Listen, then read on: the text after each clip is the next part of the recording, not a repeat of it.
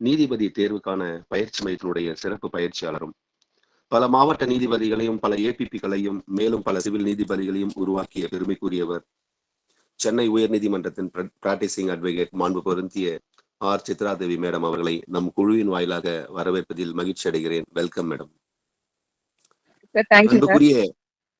அன்புக்குரிய வழக்கறிஞர் சொந்தங்களே, உங்களுடைய ஆடியோ அண்ட் வீடியோ மியூட் செய்து கொள்ளுங்கள். வகுப்பு சம்பந்தமா ஏதாவது சந்தேகம் ஏற்பட்டால் குறிப்பெடுத்துக் கொள்ளுங்கள். மேடம் உங்ககிட்ட ஏதாவது வினாக்கள் எழுப்பினால் மட்டும் அன்மியூட் செய்து பதிலளிக்குமாறு கேட்டுக்கொள்கிறேன். Welcome madam. கிளாஸ் ஸ்டார்ட் பண்ணலாம் madam. Thank you madam. Thank you sir. Thank you very much. Good evening all participants. நம்ம சிபிஎஸ்ல இன்னைக்கு ஜூரிஸ்டிக்ஷன் ஆஃப் சிவில் கோர்ட் தான் பார்க்க போறோம். ஃபர்ஸ்ட் வந்து நம்ம ஜூரிஸ்டிக்ஷன் பார்க்கும்போது அதுலயும் எக்ஸ்க்ளூசிவா இன்னைக்கு நம்ம செக்ஷன் 9 டீல் பண்ண போறோம். இதை தாண்டி வேற எங்கெல்லாம் ஜூரிஸ்டிக்ஷன் இருக்கும் அப்படின்னு பார்த்தா நமக்கு செக்ஷன் 15 to 21 கேபிட்டல் ஏ வரைக்கும் ஜூரிஸ்டிக்ஷன் பத்தி சொல்லியிருப்பாங்க. ஸோ அதுல இருக்க ஜூரிஸ்டிக்ஷனுக்கும் இந்த செக்ஷன் 9ல இருக்கக்கூடிய ஜூரிஸ்டிக்ஷனுக்கும் வந்து என்ன டிஃபரன்ஸ் அப்படின்னு பார்த்தோம்னா, அந்த 15 to 21 ஏ வரைக்கும் இருக்கக்கூடிய விஷயங்கள்ல வந்து பெக்கூனியரி ஜூரிஸ்டிக்ஷன் அண்ட் டெரிட்டோரியல் ஜூரிஸ்டிக்ஷன்லாம் அங்க வந்திருக்கும். அதுலயும் எக்ஸ்க்ளூசிவா செக்ஷன் 15 and 17 பாத்தீங்கன்னா பெக்கூனியரி அண்ட் டெரிட்டோரியல் ஜூரிஸ்டிக்ஷன் பத்தி சில விஷயங்கள் அந்த காஸ் ஆஃப் ஆக்ஷன் எங்க வருதோ அது சம்பந்தமா அங்க சொல்லியிருப்பாங்க. செக்ஷன் 9 பொறுத்த வரைக்கும் என்ன அப்படின்னா சப்ஜெக்ட் மேட்டரை பத்தி சொல்லியிருப்பாங்க. ஸோ அது வந்து எக்ஸ்க்ளூசிவா பெக்கூனியரி அண்ட் டெரிட்டோரியல். இது வந்து அந்த கேஸோட சப்ஜெக்ட் மேட்டரை வச்சு நம்ம ஜூரிஸ்டிக்ஷன் டிசைட் பண்றது வந்து இந்த செக்ஷன் 9ல சொல்லியிருப்பாங்க. ஸோ இந்த மூணுக்கும் என்ன டிஃபரன்ஸ் அப்படின்னு பார்த்தோம்னா, செக்ஷன் 15லயோ இல்ல அந்த 15 to 21 வரைக்கும் நம்ம பேசக்கூடிய அந்த பெக்கூனியரி டெரிட்டோரியல் ஜூரிஸ்டிக்ஷன் அப்படின்னு சொல்லும்போது அதுல வந்து அந்த ஜூரிஸ்டிக்ஷன்ல ஏதாவது எரர் இருந்தது அப்படின்னா அந்த எரரை அட் தி ஃபர்ஸ்ட் இன்ஸ்டன்ஸ் வந்து ரைஸ் பண்ணாம ஆப்போசிட் பார்ட்டி ரைஸ் பண்ணாம விட்டுட்டாங்க அப்படின்னா பின்னாடி லேட்டர் பாயிண்ட் ஆஃப் டைம் அதை வந்து கியூர் பண்ண முடியாது. ஏன் அப்படின்னா அது வந்து அவங்க வெய்வ் பண்ணிட்டாங்க அப்படின்ற மாதிரி ப்ரிசியூம் பண்ணும், லாவே வந்து ப்ரிசியூம் பண்ணிக்கணும். அப்ப பெக்கூனியரி ஜூரிஸ்டிக்ஷன் வந்து ஒரு கோர்ட்டுக்கு இல்ல டெரிட்டோரியல் ஜூரிஸ்டிக்ஷன் வந்து ஒரு கோர்ட்டுக்கு இல்ல அப்படின்னா இந்த கோர்ட்டுக்கு இந்த ஜூரிஸ்டிக்ஷன் இல்ல அப்படின்ற அந்த அப்ஜெக்ஷனை ஆப்போசிட் பார்ட்டி வந்து initial point of time raise பண்ணிடணும். அப்படி ரைஸ் பண்ணாம விட்டுட்டாங்க, கேஸை வந்து அவங்க கண்டெஸ்ட் பண்ணி முடிச்சிட்டாங்கன்னா அது அப்பீல் ஸ்டேஜ்லயோ இல்ல ரிவிஷன்லயோ இல்ல எக்ஸிகியூஷன் ப்ரொசீடிங்ஸ்லயோ எதுலையுமே போயிட்டு அவங்க அதை திருப்பி சேலஞ்ச் பண்ணவே முடியாது. ஸோ அது வெய்வ்டுன்ற மாதிரி கருதப்படும். அதுக்கப்புறமா அதே போல அந்த 15 and 17 அதுல பார்க்கக்கூடிய பெக்கூனியரி அண்ட் டெரிட்டோரியல் ஜூரிஸ்டிக்ஷன் சம்பந்தமான விஷயங்கள் வந்து ஒருவேளை அப்ஜெக்ட் பண்ணாம விட்டு ஒரு ஜட்ஜ்மெண்ட் வந்துருச்சு அப்படின்னா அந்த ஜட்ஜ்மெண்ட்டை செட்டிஸ்ஃபை பண்றதுக்காக சப்சிக்வெண்டா புதுசா வந்து ஒரு சூட்டும் ஃபைல் பண்ண முடியாது. இது வந்து அந்த சாப்டர்லயே செக்ஷன் 21 கேபிட்டல் ஏல சொல்லியிருப்பாங்க. ஸோ அப்போ பெக்கூனியரி டெரிட்டோரியல் ஜூரிஸ்டிக்ஷன்ல ஏதோ ஒரு இரகுலர் எரர் இருந்திருக்கு, இல்ல அந்த கோர்ட்டுக்கு கன்சர்ன் கோர்ட்டுக்கு வந்து அந்த ஜூரிஸ்டிக்ஷனே இல்ல, பட் கேஸை வந்து அந்த கோர்ட்டு ட்ரை பண்ணிட்டாங்க, அது எண்டு வந்து அவங்க வந்து ஒரு ஜட்ஜ்மெண்ட்டும் டிகிரியும் பாஸ் பண்ணிட்டாங்க அப்படின்ற பட்சத்துல அதுல ஏதாவது வந்து அதுல அஃபெக்டட் பார்ட்டி வந்து அந்த கிரவுண்ட்ல அந்த டிகிரியை செட்டிஸ்ஃபை பண்றதுக்காக புதுசா ஒரு சூட்டோ எதுவுமே ஃபைல் பண்ண முடியாதுன்றது அங்கேயே 21 கேபிட்டல் ஏலயே சொல்லியிருப்பாங்க. அதே போல அட் தி ஏர்லியஸ்ட் ஆப்பர்ச்சுனிட்டி அவங்க வந்து அந்த ஃபர்ஸ்ட் இன்ஸ்டன்ஸ் கோர்ட்லயே அந்த அப்ஜெக்ஷன் எல்லாம் அவங்க ரைஸ் பண்ணணும்ன்றதும் செக்ஷன் 20ல சொல்லியிருப்பாங்க. ஸோ இப்போ நம்ம பார்த்த இந்த விஷயங்கள் எல்லாம் நம்ம இன்னைக்கு பார்க்கக்கூடிய இந்த jurisdiction of civil court section 9க்கு அப்ளை ஆகுமானா ஆகாது. ஸோ அதுதான் இங்க இருக்கக்கூடிய மற்ற ஜூரிஸ்டிக்ஷனுக்கும் இந்த 9ல இருக்கக்கூடிய ஜூரிஸ்டிக்ஷனுக்கும் உள்ள டிஃபரன்ஸ். ஸோ 9 வந்து நம்ம டீட்டெயிலா பாக்குறதுக்கு முன்னாடி ஃபண்டமெண்டலா சில விஷயங்கள் பார்த்துருவோம். ஃபர்ஸ்ட் ஜூரிஸ்டிக்ஷன்னா என்ன அப்படிங்கிறது தெரியணும். ஸோ ஜூரிஸ்டிக்ஷன்னா என்ன அப்படின்னா இதை நம்ம என்ன சொல்லலாம் அப்படின்னா the power or authority of a court to hear and determine a cause, to adjudicate and exercise any judicial power in relation to it. இது எல்லாமே நான் சொல்லக்கூடிய விஷயங்கள் எல்லாமே ஜட்ஜ்மெண்ட்ல வந்து சொன்ன விஷயங்கள். ஜூரிஸ்டிக்ஷனா என்ன அப்படிங்கிறது நம்மளோட அபெக்ஸ் கோர்ட் வந்து அவங்களோட ஜுடிஷியல் ப்ரொனவுன்ஸ்மெண்ட் மூலமா சொன்ன விஷயங்கள் இதெல்லாம். ஸோ ஒரு சிவில் கோர்ட்டுக்கு இருக்கக்கூடிய ஒரு பவர் அண்ட் அத்தாரிட்டி எதுக்கு அப்படின்னா ஒரு கேஸை ஹியர் பண்றதுக்கும் அதை டிட்டர்மைன் பண்ணி ஒரு ஆர்டர் பாஸ் பண்றதுக்கும் அவங்க எக்ஸசைஸ் பண்ணக்கூடிய ஒரு பவர் தான் வந்து ஜூரிஸ்டிக்ஷன் அப்படின்னு சொல்றாங்க. அதுக்கப்புறமா jurisdiction of a court means the extent of the authority of a court to administer justice prescribed with reference to the subject matter, pecuniary value and local limit. So இதுவும் என்ன சொல்றாங்க அப்படின்னா ஒரு கோர்ட்டுக்கு இருக்கக்கூடிய கோர்ட் வந்து அவங்களோட ஜஸ்டிஸை வந்து அட்மினிஸ்டர் பண்றதற்கான பவர். ஸோ எதுக்கெல்லாம் கட்டுப்பட்ட அப்படின்னா அந்த அந்த கன்சர்ன் கோர்ட்டுக்கு இருக்கக்கூடிய subject matter, pecuniary value and local limit.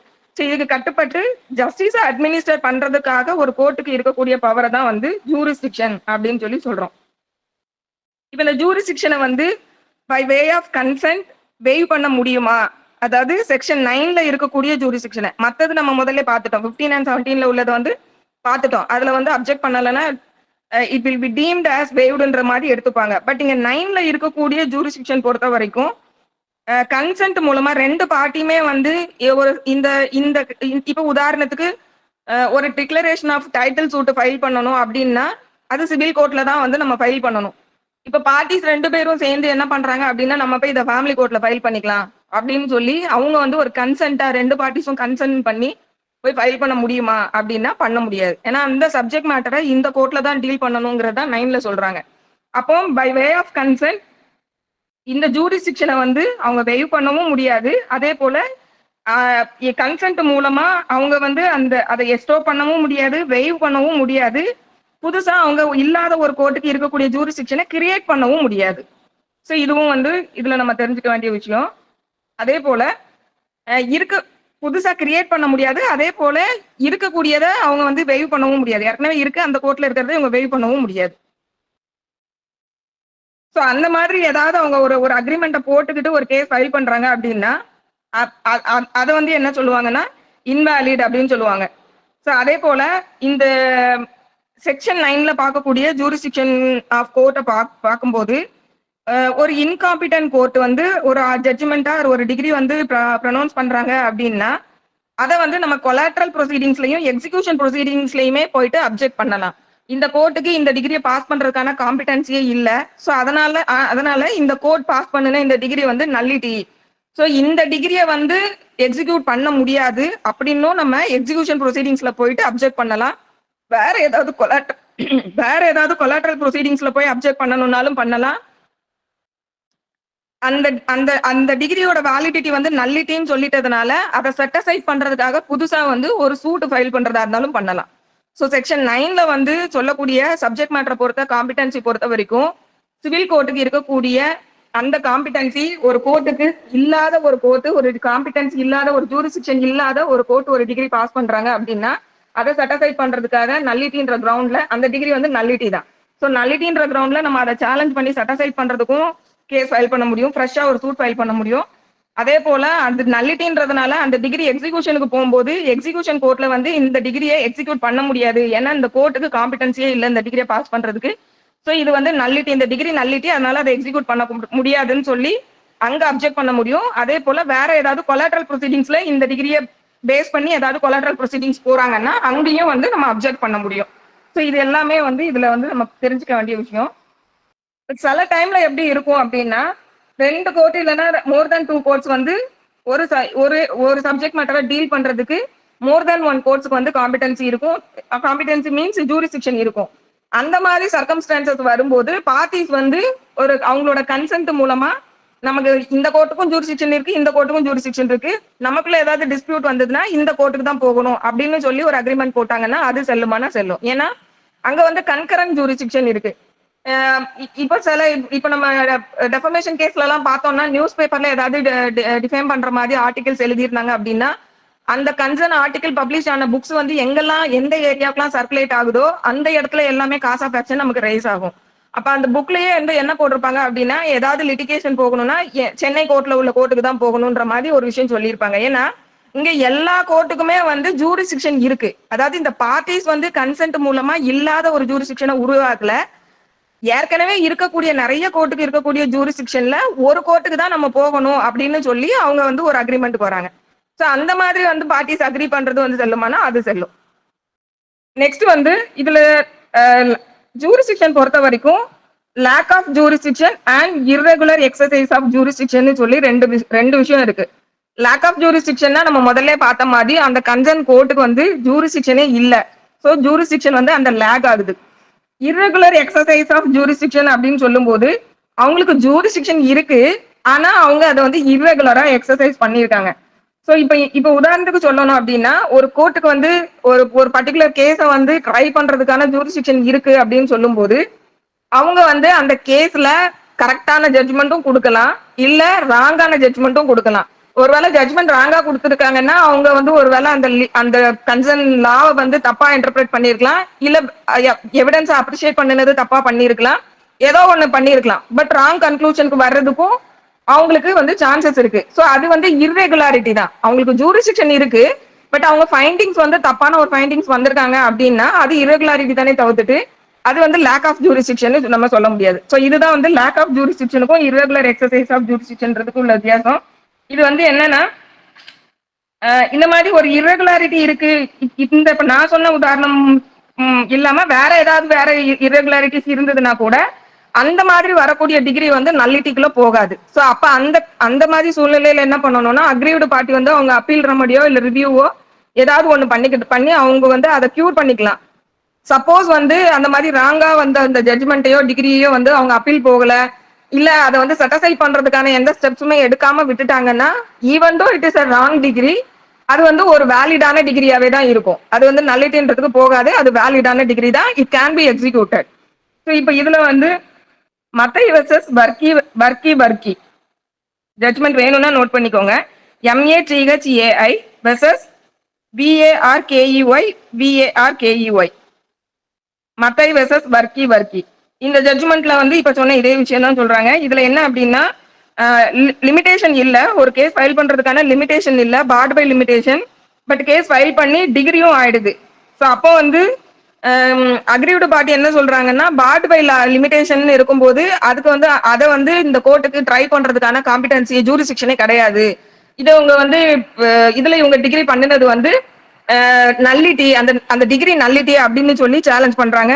So supreme court இதை என்ன சொல்றாங்க அப்படின்னா இது வந்து இர்ரெகுலாரிட்டி தானே தவிர்த்துட்டு இது வந்து லேக் ஆஃப் ஜூரிஸ்டிக்ஷன் கிடையாது. ஸோ ஒரு டைம் பார்டு சூட்டை வந்து என்டர்டைன் பண்ணி அதை டிகிரி பண்ணினது வந்து நல்லிட்டின்னு ஆகாது. அது வந்து தப்பான ஒரு ஜட்ஜ்மெண்டா இருக்கலாம். அதை வந்து நீங்க செட்டிஸ்ஃபைட் பண்ணணும்னா அதற்கான என்ன ரெமடி வந்து ஆக்ட்ல இருக்கோ அப்பீலோ ரிவ்யூவோ ரிவிஷனோ அதை இன்வோக் பண்ணி அவங்க கரெக்ட் பண்ணிக்கலாமே தவிர்த்துட்டு அந்த டிகிரி வந்து நல்லிட்டி கிடையாது அப்படிங்கிறது இதுல சொல்லியிருப்பாங்க. அதே இதுதான் சேர்த்து இதையும் சொல்லியிருப்பாங்க. இதுல வந்து அந்த அக்ரீவ்டு பார்ட்டி வந்து அதை வந்து சரி பண்றதுக்கான ஸ்டெப்ஸ் எடுக்கலைன்னா still it is a valid டிகிரின்ற மாதிரி அது கண்டினியூ ஆகும் அப்படிங்கிறது. நெக்ஸ்ட் வந்து இப்போ இந்த செக்ஷன் 9ல இருக்கக்கூடிய ஜூரிஸ்டிக்ஷனை டிசைட் பண்றதுக்கு எதை வச்சு டிசைட் பண்ணணும், இந்த கோர்ட்டுக்கு வந்து ஜூரிஸ்டிக்ஷன் இருக்கா இல்லையா அப்படிங்கிறத டிசைட் பண்றதுக்கான பேசிக் என்ன அப்படின்னு பார்த்தோம்னா பிளைண்ட்ல இருக்கக்கூடிய அவர்மெண்ட்டை வச்சு தான் ஜூரிஸ்டிக்ஷனை வந்து டிசைட் பண்ணணுமே தவிர்த்துட்டு ரிட்டர்ன் ஸ்டேட்மெண்ட்ல வந்து டிஃபெண்டன்ட் என்ன சொல்லியிருக்காங்கிறத வச்சு ஜூரிஸ்டிக்ஷனை வந்து at the initial point of time, அதாவது ஃபர்ஸ்ட் கேஸ் ஃபைல் பண்ணும்போது கோர்ட் வந்து இதை வந்து டேக்கன் ஆன் ஃபைல் எடுக்கலாமா வேண்டாமான்னு டிசைட் பண்றாங்கல்ல. ஸோ அப்போ அதை பொறுத்த வரைக்கும் பிளைண்ட் அவர்மெண்ட் என்ன இருக்கோ அதை மட்டுமே வச்சு தான் வந்து டிசைட் பண்ணணுமே தவிர்த்துட்டு மற்ற விஷயங்களை வந்து பார்க்கணுன்ற அவசியம் கிடையாது. ஸோ பேசிஸ் வந்து பிளைண்ட் அவர்மெண்ட் தான் basis jurisdiction of the court வந்து டிசைட் பண்றதுக்கு. ஸோ இதை சொன்ன ஜட்ஜ்மெண்ட் வந்து அப்துல்லா வெர்சஸ் கலாப்பா. இதுவும் வந்து சுப்ரீம் கோர்ட் ஜட்ஜ்மெண்ட் தான். இதுல ஃபேக்ட்ஸ் ஆஃப் தி கேஸ் என்ன அப்படின்னா declaration of title and for possession and means profit வந்து சூட் ஃபைல் பண்ணியிருப்பாங்க. அதாவது பிளைண்டிஃப் என்ன சொல்லுவாங்கன்னா டிஃபெண்டன்ட் வந்து ட்ரெஸ்பாசர், அவருக்கு அகேன்ஸ்டா டைட்டில் டிக்ளரேஷன் கொடுங்க, பொசஷன் கொடுங்க, மீன் ப்ராஃபிட் வந்து வாங்கி கொடுங்கன்னு சொல்லி சூட் ஃபைல் பண்ணியிருப்பாரு. டிஃபெண்டன்ட் என்ன வந்து டிஃபெண்ட் பண்ணுவாங்க அப்படின்னா நான் வந்து டெனன்ட், ஸோ இது நாங்கள் 2 பேரும் லேண்ட்லார்ட் டெனன்ட்ன்ற ரிலேஷன்ஷிப்ல வர்றதுனால இந்த சிவில் கோர்ட்டுக்கு காம்பிடன்சி கிடையாது அப்படின்னு சொல்லி அவங்க டிஃபென்ஸ் ரைஸ் பண்ணுவாங்க. ஸோ இந்த கோர்ட்டுக்கு வந்து ஜூரிஸ்டிக்ஷன் இல்லை அப்படின்னு சொல்லி அவர் டிஃபென்ஸ் ரைஸ் பண்ணுவாரு. சுப்ரீம் கோர்ட் இதுல என்ன சொல்றாங்க அப்படின்னா பிளைண்ட் அவர்மெண்ட்ல இருக்கக்கூடிய ஃபேக்ட்ஸ் வச்சு தான் கோர்ட்டோட ஜூரிஸ்டிக்ஷன் வந்து டிசைட் பண்ணணும். ஸோ அதனால இங்க வந்து இந்த கோர்ட்ல வந்து கேஸை வந்து ட்ரை பண்ணினது கரெக்ட் தான் அப்படின்னு சொல்லி இதுல சொல்லியிருப்பாங்க. ஸோ இதுல என்ன சொல்லுவாங்க அப்படின்னா ஜூரிஸ்டிக்ஷனை டிசைட் பண்றதுக்கு வந்து அந்த என்ன இம்பார்ட்டன்ட்னா சப்ஸ்டான்ஸ் ஆஃப் தி மேட்டர் தான் இம்பார்ட்டன்ட் தவிர்த்துட்டு என்ன ஃபார்ம்ல அது அந்த பிளைண்ட் அது என்ன ஃபார்ம்ன்றது வந்து முக்கியம் கிடையாது. அந்த பிளைண்ட்ல இருக்கக்கூடிய சப்ஸ்டான்ஸ் தான் முக்கியமான விஷயம், அதை வச்சு டிசைட் பண்ணணும் அப்படிங்கறதெல்லாம் இந்த ஜட்ஜ்மெண்ட்ல சொல்லியிருப்பாங்க.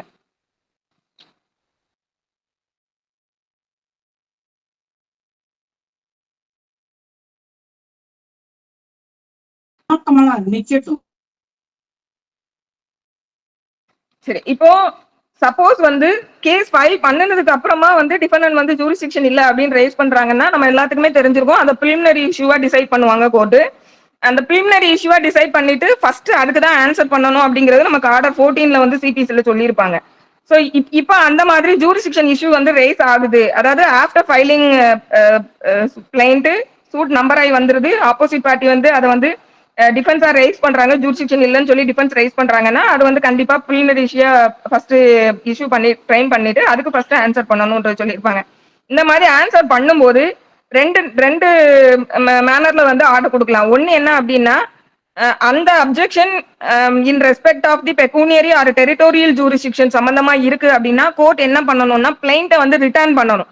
ஸோ ஜூரிஸ்டிக்ஷன் பொறுத்த வரைக்கும் objection in respect of pecuniary or territorial jurisdiction அப்படின்ற நேச்சர்ல வரும்போது ஆமா அந்த கோர்ட்டுக்கு உண்மையாவே பெக்கூனியரி ஆர் டெரிட்டோரியல் ஜூரிஸ்டிக்ஷன் இல்ல அப்படின்ற கன்க்ளூஷனுக்கு வர்றாங்கன்னா கோர்ட் என்ன பண்ணணும்னா பிளைண்ட்டை ரிட்டர்ன் தான் பண்ணணும்.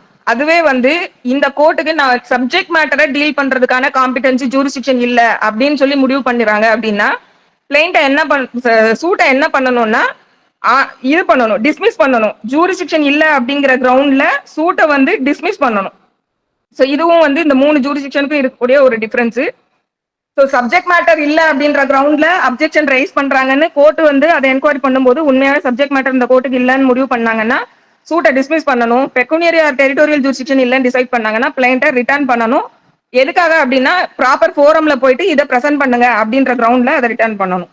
ஓகே, நெக்ஸ்ட் வந்து இந்த செக்ஷன் 9ல இருக்கக்கூடிய ஃபண்டமெண்டலான ஒரு விஷயம் என்ன அப்படின்னா சிவில் கோர்ட்டுக்கு சிவில் கேசஸ் விசாரிக்கிறதுக்கான இன்ஹரண்ட் ஜூரிஸ்டிக்ஷன் இருக்கு அப்படிங்கிறது லாவே வந்து ப்ரிசூம் பண்ணிக்கிறோம். அதாவது விச் மீன்ஸ் என்ன அப்படின்னா கோர்ட்டுக்கு வந்து இப்போ செக்ஷன் 9 ரீட் பண்ணிட்டு சொல்றோம், உங்களுக்கு அது கிளியரா புரியும். இப்போ நம்ம செக்ஷன் 9ல என்ன சொல்லியிருக்காங்கிறது பார்த்துடலாம். 9 என்ன சொல்றாங்க அப்படின்னா the court shall subject to the provision herein contained have jurisdiction to try all suits of a civil nature excepting suits of which their cognizance is either expressly or impliedly barred அப்படின்னு சொல்றாங்க. So இங்க use பண்ணியிருக்க word என்ன அப்படின்னா ஷால்ன்ற word use பண்ணியிருக்காங்க, மேங்கிற word use பண்ணல, அதை நம்ம புரிஞ்சுக்கணும். அதுக்கப்புறம் என்ன சொல்றாங்க அப்படின்னா எக்ஸ்பிரஸாவோ இம்ப்ளைடாவோ காக்னிசன்ஸ் எடுக்கிறதுக்கு வந்து பார் இருந்தது அப்படின்னா அந்த கோர்ட்டுக்கு வந்து ஜூரிஸ்டிக்ஷன் இல்லைன்னு எடுத்துக்கிடணுங்காங்க. அப்ப ஃபர்ஸ்ட் என்ன சொல்றாங்க, the court shall have jurisdiction to try all suits of civil nature சொல்றாங்க. அப்ப சிவில் நேச்சர்ல இருக்கக்கூடிய எல்லா சூட்ஸையும் வந்து கோர்ட் வந்து ட்ரை பண்ணலாம். எக்ஸப்ட் என்னன்னா எக்ஸ்பிரஸாவோ இம்ப்ளைடாவோ காக்னிசன்ஸ் பாரா இருந்ததுன்னா அவங்க பண்ண முடியாது. இதுதான் ஃபர்ஸ்ட் சொல்றாங்க. அடுத்து என்ன சொல்றாங்கன்னா எக்ஸ்பிளனேஷன்ல a suit in which the right to property or to an office is contested is a suit of a civil nature, notwithstanding that such right may depend entirely on the decision of questions as to religious rites or ceremonies. இது வந்து explanation 1ல சொல்லியிருக்காங்க. explanation 2ல for the purpose of this section it is immaterial whether or not any fees are attached to the office referred to in explanation 1 or whether or not such office is attached to a particular place.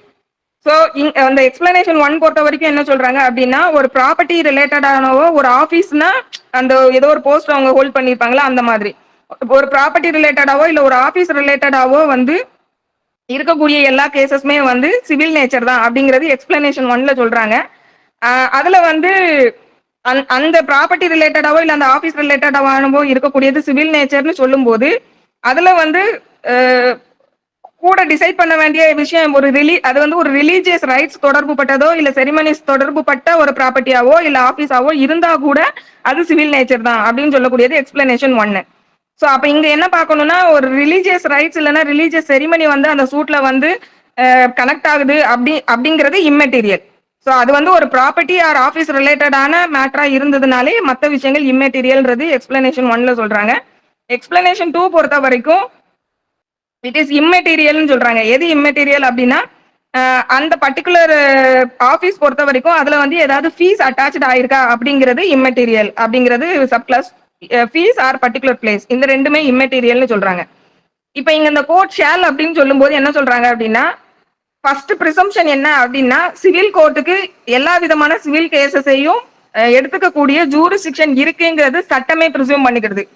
So அப்போ blind கவர்மெண்ட்டை பார்த்த உடனே அது civil nature கேஸா இருக்குது அப்படின்னாலே court ஆட்டோமேட்டிக்கா அதை taken on file எடுத்துருவாங்க. ஏன்னா அவங்களுக்கு இன்ஹரண்ட் ஜூரிஸ்டிக்ஷன் இருக்கு. பிளைண்டிப் வந்து ஏதாவது ஒரு விஷயத்தை போய் ஃபேக்டை போய் அங்க ப்ரூவ் பண்ணதுக்கு அப்புறம் தான் எடுப்பாங்கிறது கிடையாது. சோ அப்பனா அவங்க இன்ஹரண்ட் ஜூரிஸ்டிக்ஷன் இருக்கிறதுனால சோ அவங்களே வந்து அவங்களுக்கு ஜூரிஸ்டிக்ஷன் இருக்கா இல்லையா அப்படிங்கறத அந்த பிளைண்ட் கவர்மெண்ட்டை படிச்சு கோர்ட்டே வந்து எனக்கு ஜூரிஸ்டிக்ஷன் இருக்கு இல்லைங்கிறது அந்த கோர்ட்டே டிசைட் பண்ணிக்கலாம். சோ அது வந்து ஃபர்ஸ்ட் வந்து சொல்றாங்க. ஸோ இதுல பார்க்கும்போது என்ன அப்படின்னா சிவில் நேச்சர்ன்ற ஒரு வேர்ட் யூஸ் பண்றாங்க. All suits of civil nature அப்படின்னு சொல்றாங்க. அப்ப இந்த all suits of civil nature அப்படின்னு சொல்லும்போது அது எதை மீன் பண்ணுதுன்னா அதாவது சிவில் கேசஸ் சொல்லல, சிவில் நேச்சர்னு சொல்றாங்க. அப்ப இந்த சிவில் நேச்சர்னா எதை டினோட் பண்ணுதுன்னா சிவில் கேஸ் சொல்லும்போது ரொம்ப லிமிட்டடான ஒரு ஒரு விஷயமா இருக்கும். சிவில் நேச்சர்ங்கும் போது அதோட ஸ்கோப் வந்து ரொம்ப பரந்த ஒரு ஸ்கோப்புக்குள்ள விஷயம்.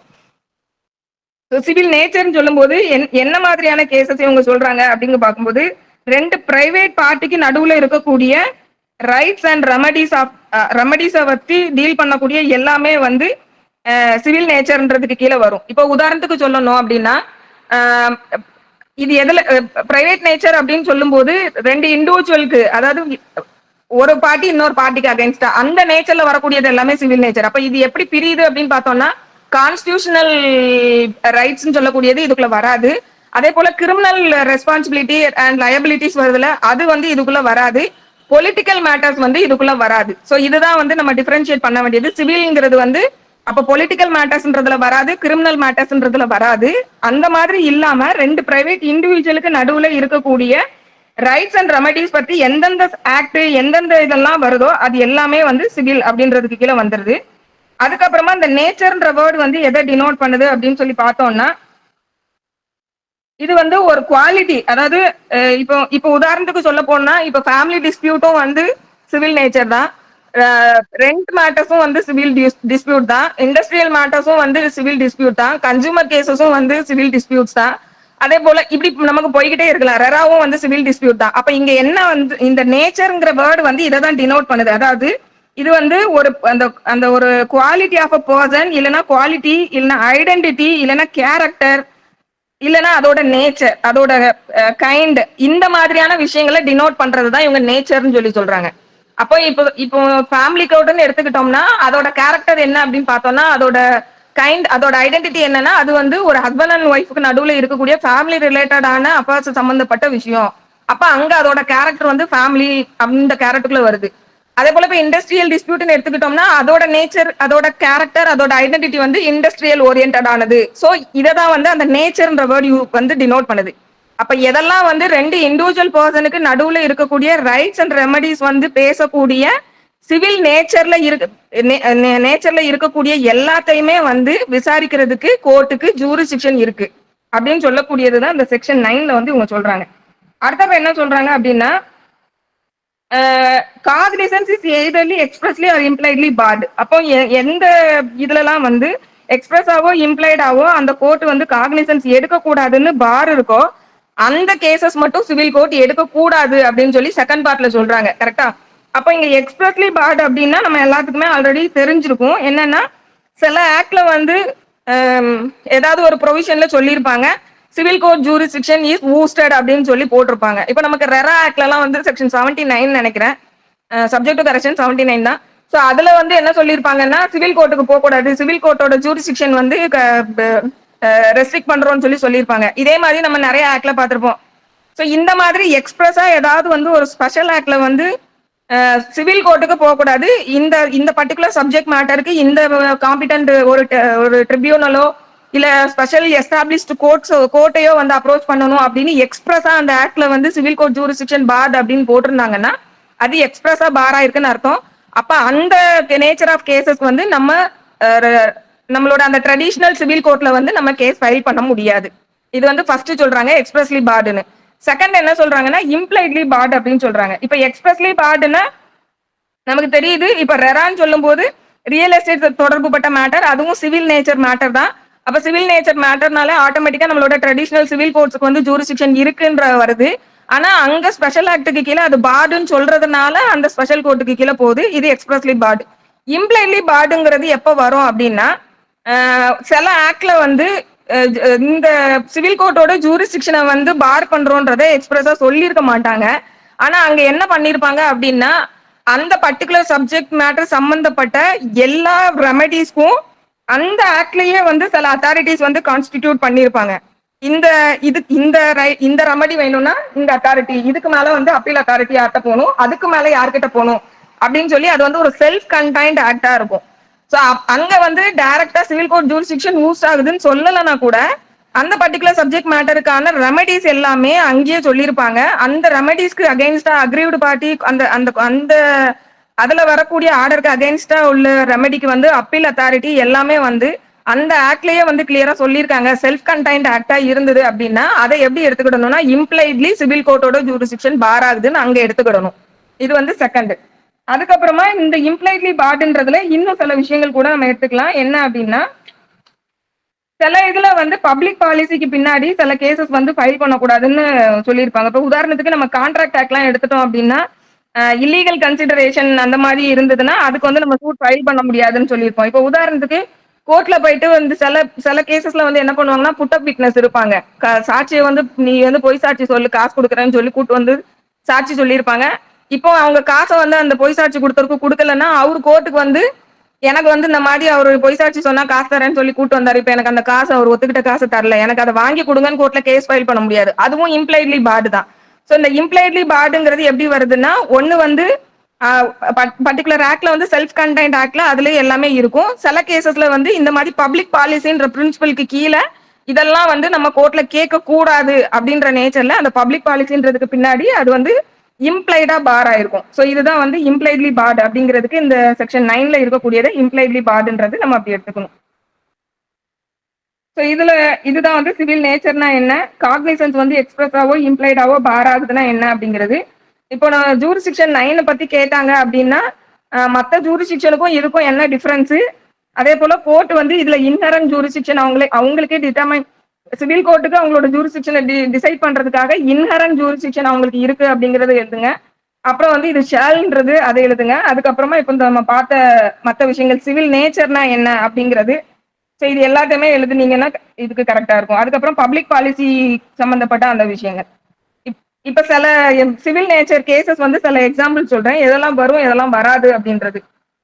Suit relating to right to ப்ராப்பர்ட்டிலாம் வந்து நமக்கு இதுல வரும். Right to property, rights of worship, அதுக்கப்புறமா வந்து டேமேஜஸ் ஃபார் சிவில் ராங்ஸ், அதுக்கப்புறம் specific relief, conjugal rights, dissolution of marriage, rent ரிலேட்டடான கேசஸ், அப்புறம் சூட் ஃபார் அக்கௌண்ட்ஸ், இது எல்லாமே நமக்கு வரும். எது வராது அப்படின்னா suit involving principally caste questions, அதாவது மெயின் பர்டிகுலர் இஷ்யூவே வந்து காஸ்ட்டை பத்தி டிசைட் பண்றது தான் அந்த சூட்டோட கோரே அப்படின்னா அதுக்காக தான் சூட் ஃபைல் பண்ணியிருக்காங்க அப்படின்னா அது வந்து இதுக்குள்ள வராது, பண்ண முடியாது, அது வந்து இதுல வராது. அதுக்கப்புறம் இதெல்லாம் வந்து suit not of a civil நேச்சர்ன்றதுல வந்துடும். Suit involving principally caste questions அது இதுல வராது. அதுக்கப்புறமா suit involving purely religious rights or ceremonies, அதாவது அதுல டிசைட் பண்ண வேண்டியதே முழுக்க முழுக்க purely religious rights and ceremonies தான் வந்து அந்த சூட்ல கேட்கறாங்க, அதை தான் டிசைட் பண்ண வேண்டிய இஷ்யூனா அதுவும் வந்து சூட் நாட் ஆஃப் சிவில் நேச்சர்ன்றதுல வந்துடும். அதுக்கப்புறமா suit for upholding mere dignity or honour, இதுவும் வந்து சிவில் நேச்சர்ன்றதுக்குள்ள வராது. அதாவது எனக்கு தான் வந்து முதல் மரியாதை செலுத்த சொல்லி நீங்க ஆர்டர் போடணும் அப்படின்ற நேச்சர்ல வரக்கூடியது. அதுதான் வந்து அந்த ஹானர் பண்ண சொல்லுங்கன்னு பரிவட்டம் கட்டுறது அந்த மாதிரிலாம் சிலது கேட்பாங்கல்ல, ஸோ அந்த நேச்சர்ல உள்ளது. ஸோ அதெல்லாம் வந்து இதுக்குள்ள வராது. ஸோ சிவில் கோர்ட்டோட ஜூரிஸ்டிக்ஷன் பொறுத்த வரைக்கும் ப்ரிசம்ஷன் என்ன அப்படின்னா, சிவில் கோர்ட்டுக்கு அந்த சிவில் நேச்சர் சூட்ஸை டிசைட் பண்றதுக்கான ஜூரிஸ்டிக்ஷன் இருக்கு அப்படிங்கிறது ப்ரிசம்ஷன். ஸோ அப்போ ஒன்ஸ் வந்து கோர்ட்டுக்கு ஃபேவரா இங்க ப்ரிசம்ஷன் இருக்கு அப்படின்னு எடுத்துக்கிட்டோம் அப்படின்னா பர்டன் ஆஃப் ப்ரூஃப் வந்து யாருக்கு வருது அப்படின்னு பார்க்கணும். ஏன்னா இம்ப்ளைடு ப்ரிசம்ஷன் கோர்ட்டே ஜூரிஸ்டிக்ஷன், நான் என்ன ப்ரிசூம் பண்ணுதுன்னா சிவில் கோர்ட்டுக்கு அதோட ஜூரிஸ்டிக்ஷனை டிசைட் பண்றதுக்கான இன்ஹரண்ட் ஜூரிஸ்டிக்ஷன் இருக்கு, அவங்களே டிசைட் பண்ணிக்கலாம், அது அவங்களுக்கு ஃபேவரா தான் இருக்கு. அப்போ இதுல பர்டன் ஆஃப் ப்ரூஃப் வந்து எப்போ வரும் அப்படின்னா ஆப்போசிட் பார்ட்டி வந்து ஜூரிஸ்டிக்ஷன் இல்ல அப்படின்னு சொல்லி டினை பண்றான்னா இங்க பர்டன் யாருக்கு வருதுன்னா யாரு வந்து ஜூரிஸ்டிக்ஷன் இல்ல அப்படின்னு சொல்லி அசர்ட்டிவா பேசுறாங்களோ அவங்க தான் அதை வந்து ப்ரூவ் பண்ணணும். இங்க யாரு அசர்ட் பண்ணி ஜூரிஸ்டிக்ஷன் இல்லன்னு யாரு அசர்ட் பண்ணி பேசுவா, டிஃபெண்டன்ட் தான் அதை சொல்லுவாரு, கோர்ட்டுக்கு ஜூரிஸ்டிக்ஷன் இல்ல அப்படின்னு சொல்லி அவங்க தான் டிஃபெண்ட் பண்ணுவாங்க. அப்ப இங்க வந்து பிளைன்டிஃப் வந்து ஜூரிஸ்டிக்ஷன் இருக்குன்னு ப்ரூவ் பண்ணணும்னு அவசியம் கிடையாது. டிஃபனண்ட் வந்து இந்த கோர்ட்டுக்கு ஜூரிஸ்டிக்ஷன் இல்லன்றத ப்ரூவ் பண்ண வேண்டிய பர்டன் டிஃபனண்ட்டுக்கு தான் இருக்கு, பிளைன்டிஃப்க்கு கிடையாது. ஸோ இந்த ஜூரிஸ்டிக்ஷன் சம்பந்தமா ஒரு முக்கியமான ஜட்ஜ்மெண்ட் என்ன அப்படின்னா, Dhulabhai versus state of MP. Dhulabhai versus state of MP. இந்த கேஸ்ல வந்து நிறைய ரூல்ஸ் வந்து ஃப்ரேம் பண்ணி நமக்கு சுப்ரீம் கோர்ட் கொடுத்துருக்காங்க. இந்த செக்ஷன் 9ல இருக்கக்கூடிய ஜூரிஸ்டிக்ஷன் சம்பந்தமா சில ரூல்ஸ் ஃப்ரேம் பண்ணி கொடுத்துருக்காங்க. இதுல என்ன சொல்றாங்க அப்படின்னா, சிவில் கோர்ட்டை பொறுத்த வரைக்கும் முதல்ல நம்ம சொன்ன மாதிரிதான் எக்ஸ்பிரஸா வந்து வேற ஒரு பார் இருக்கு அப்படிங்கிற பட்சத்துல அந்த பார் தான் ப்ரிவேல் ஆகும். அப்ப அந்த இடத்துல சிவில் கோர்ட்டோட ஜூரிஸ்டிக்ஷன் வந்து ஊஸ்ட் ஆயிரும். இது வந்து ஃபர்ஸ்ட் அவங்க சொல்றாங்க.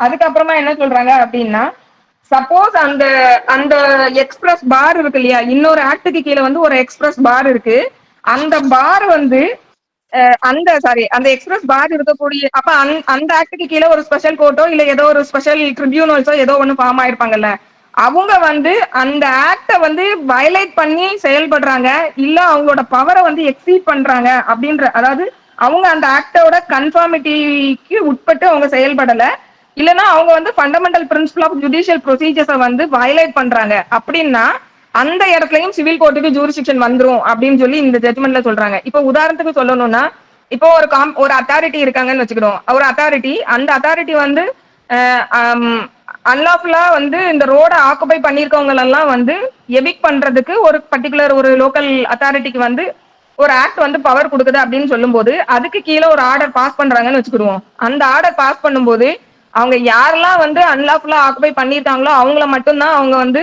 எவிக் பண்றதுக்கு காம்பிடன்சி இருக்கு. அவங்க அதை பயன்படுத்தி வேற ஒருத்தங்களை எவிக் பண்றாங்கன்னா அப்போ அவங்க அந்த ஆக்டை வந்து வயலேட் பண்றாங்கன்னு அர்த்தம். அப்ப அந்த மாதிரி ஒரு அவங்க அந்த ஆக்டுக்கு அகைன்ஸ்டா ஆக்டை வயலேட் பண்ணி செயல்படுறாங்க அப்படின்ற பட்சத்துல அதனால பாதிக்கப்பட்டவங்க டைரக்டா எங்க வந்துடலாம்னா சிவில் கோர்ட்டுக்கு வந்துட்டு அந்த காம்பிடன்ட் அத்தாரிட்டி பாஸ் பண்ணுனா அந்த ஆர்டரை செட்டிஸ்ஃபை பண்றதுக்கு அவங்க சிவில் கோர்ட்டுக்கு வரலாம். ஸோ அதை தான் இதுல சொல்றாங்க.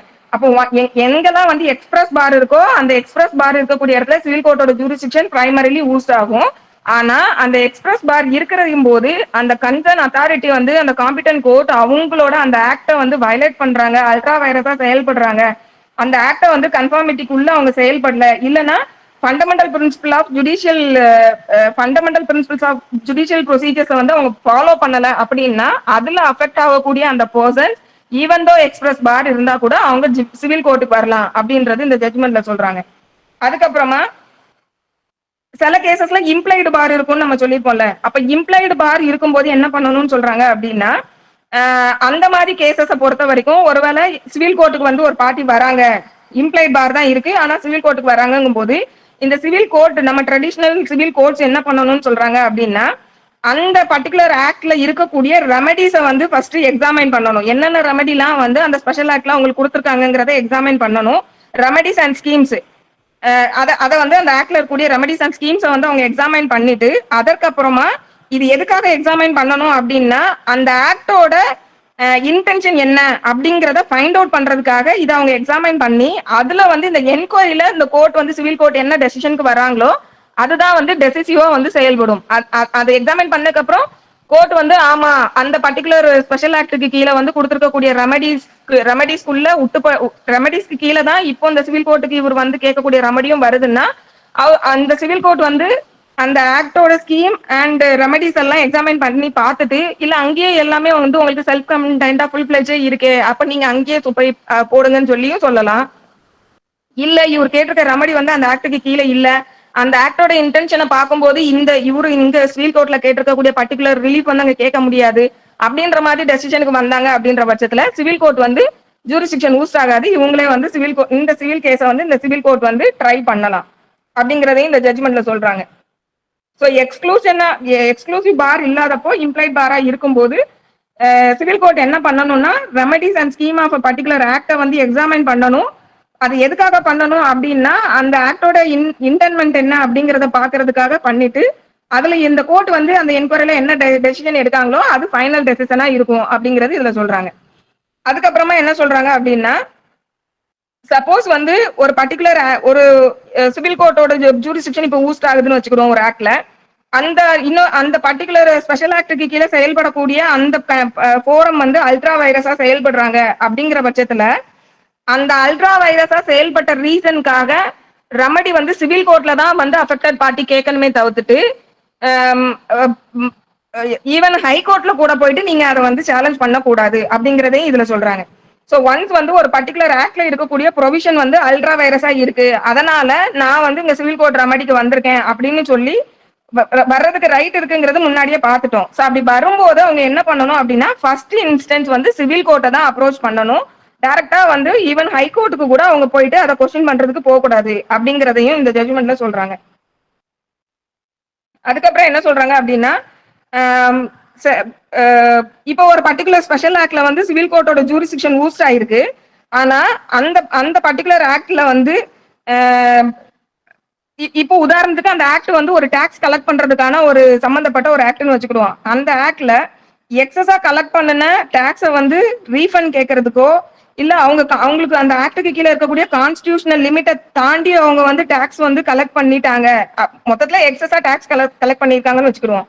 ஸோ அந்த மாதிரி இருக்கும்போது அதை ரீஃபண்ட் கேட்கறதுக்கான அத்தாரிட்டி ஒரு கேட்கறதுக்கான வாய்ப்பு அந்த ஆக்டுக்கு கீழே இல்லை அப்படிங்கும்போது ஆட்டோமேட்டிக்கா அவங்க சிவில் கோர்ட்டோட ஜூரிஸ்டிக்ஷனுக்கு வந்துட்டு ரெகுலர் சிவில் கோர்ட்ல அந்த ரெக்கவரிக்கு அவங்க கேஸ் ஃபைல் பண்ணலாம் அப்படிங்கறதையும் இந்த ஜட்ஜ்மெண்ட்ல சொல்றாங்க. இதுல இன்னும் நிறைய சொல்லியிருக்காங்க, பட் இதுல முக்கியமான பாயிண்ட்ஸ் மட்டும் நான் எடுத்து உங்களுக்கு இதுல சொல்லியிருக்கேன். அதுக்கப்புறம் நக்சலா இப்போ இவ்வளவு நேரம் பார்த்த விஷயங்கள நக்சலா வந்து ஒரு குயிக் ரீட் பண்ணிடுறேன். இந்த ஜூரிஸ்டிக்ஷன் பத்தி கேட்டா இந்த பாயிண்ட்ஸ் எல்லாத்தையுமே செக்ஷன் 9 பத்தி கேட்டாங்கன்னா இந்த பாயிண்ட்ஸ் எல்லாத்தையுமே எழுதுங்க. ஸோ ஃபர்ஸ்ட் என்ன அப்படின்னா civil court has jurisdiction to all suits. எல்லா சிவில் சூட்ஸையும் விசாரிக்கிறதுக்கு சிவில் கோர்ட்டுக்கு ஜூரிஸ்டிக்ஷன் இருக்கு. எல்லா சிவில் நேச்சர் கேஸையும் விசாரிக்கிறதுக்கு சிவில் கோர்ட்டுக்கு ஜூரிஸ்டிக்ஷன் இருக்கு. Unless and until it is expressly or impliedly barred. இதுதான் ஃபர்ஸ்ட் பாயிண்ட். செகண்ட் பாயிண்ட் என்னன்னா consent can neither confer nor take away the jurisdiction of the court. Consent மூலமா இல்லாத ஜூரிஸ்டிக்ஷனை கிரியேட் பண்ணவும் முடியாது, இருக்கக்கூடிய ஜூரிஸ்டிக்ஷனை எடுக்கவும் முடியாது. இது செகண்ட் பாயிண்ட். தேர்ட் பாயிண்ட் என்ன அப்படின்னா degree pass by a court without jurisdiction is a nullity. நம்ம முதல்ல பார்த்த மாதிரி இந்த செக்ஷன் 9க்கு கீழே இருக்கக்கூடிய சப்ஜெக்ட் மேட்டர்ல ஜூரிஸ்டிக்ஷன் இல்லாம ஒரு கோர்ட் வந்து ஒரு டிகிரி பாஸ் பண்ணிட்டாங்கன்னா அது nullity. And the validity thereof can be challenged at any stage of the proceeding, in execution proceeding or even in a collateral proceeding. So இதை வந்து நம்ம நல்லிட்டின்னு சொல்றதுனால எல்லா ஸ்டேஜஸ் ஆஃப் தி சூட்லையும் நம்ம வந்து இதை சேலஞ்ச் பண்ண முடியும். ஈவன் எக்ஸிகியூஷன் ப்ரொசீடிங்லையும் பண்ணலாம், கொலாட்ரல் ப்ரொசீடிங்ஸ்லையும் நம்ம பண்ணலாம் அப்படிங்கிறது. அடுத்தது வந்து there is a distinction between want of jurisdiction and irregular exercise thereof.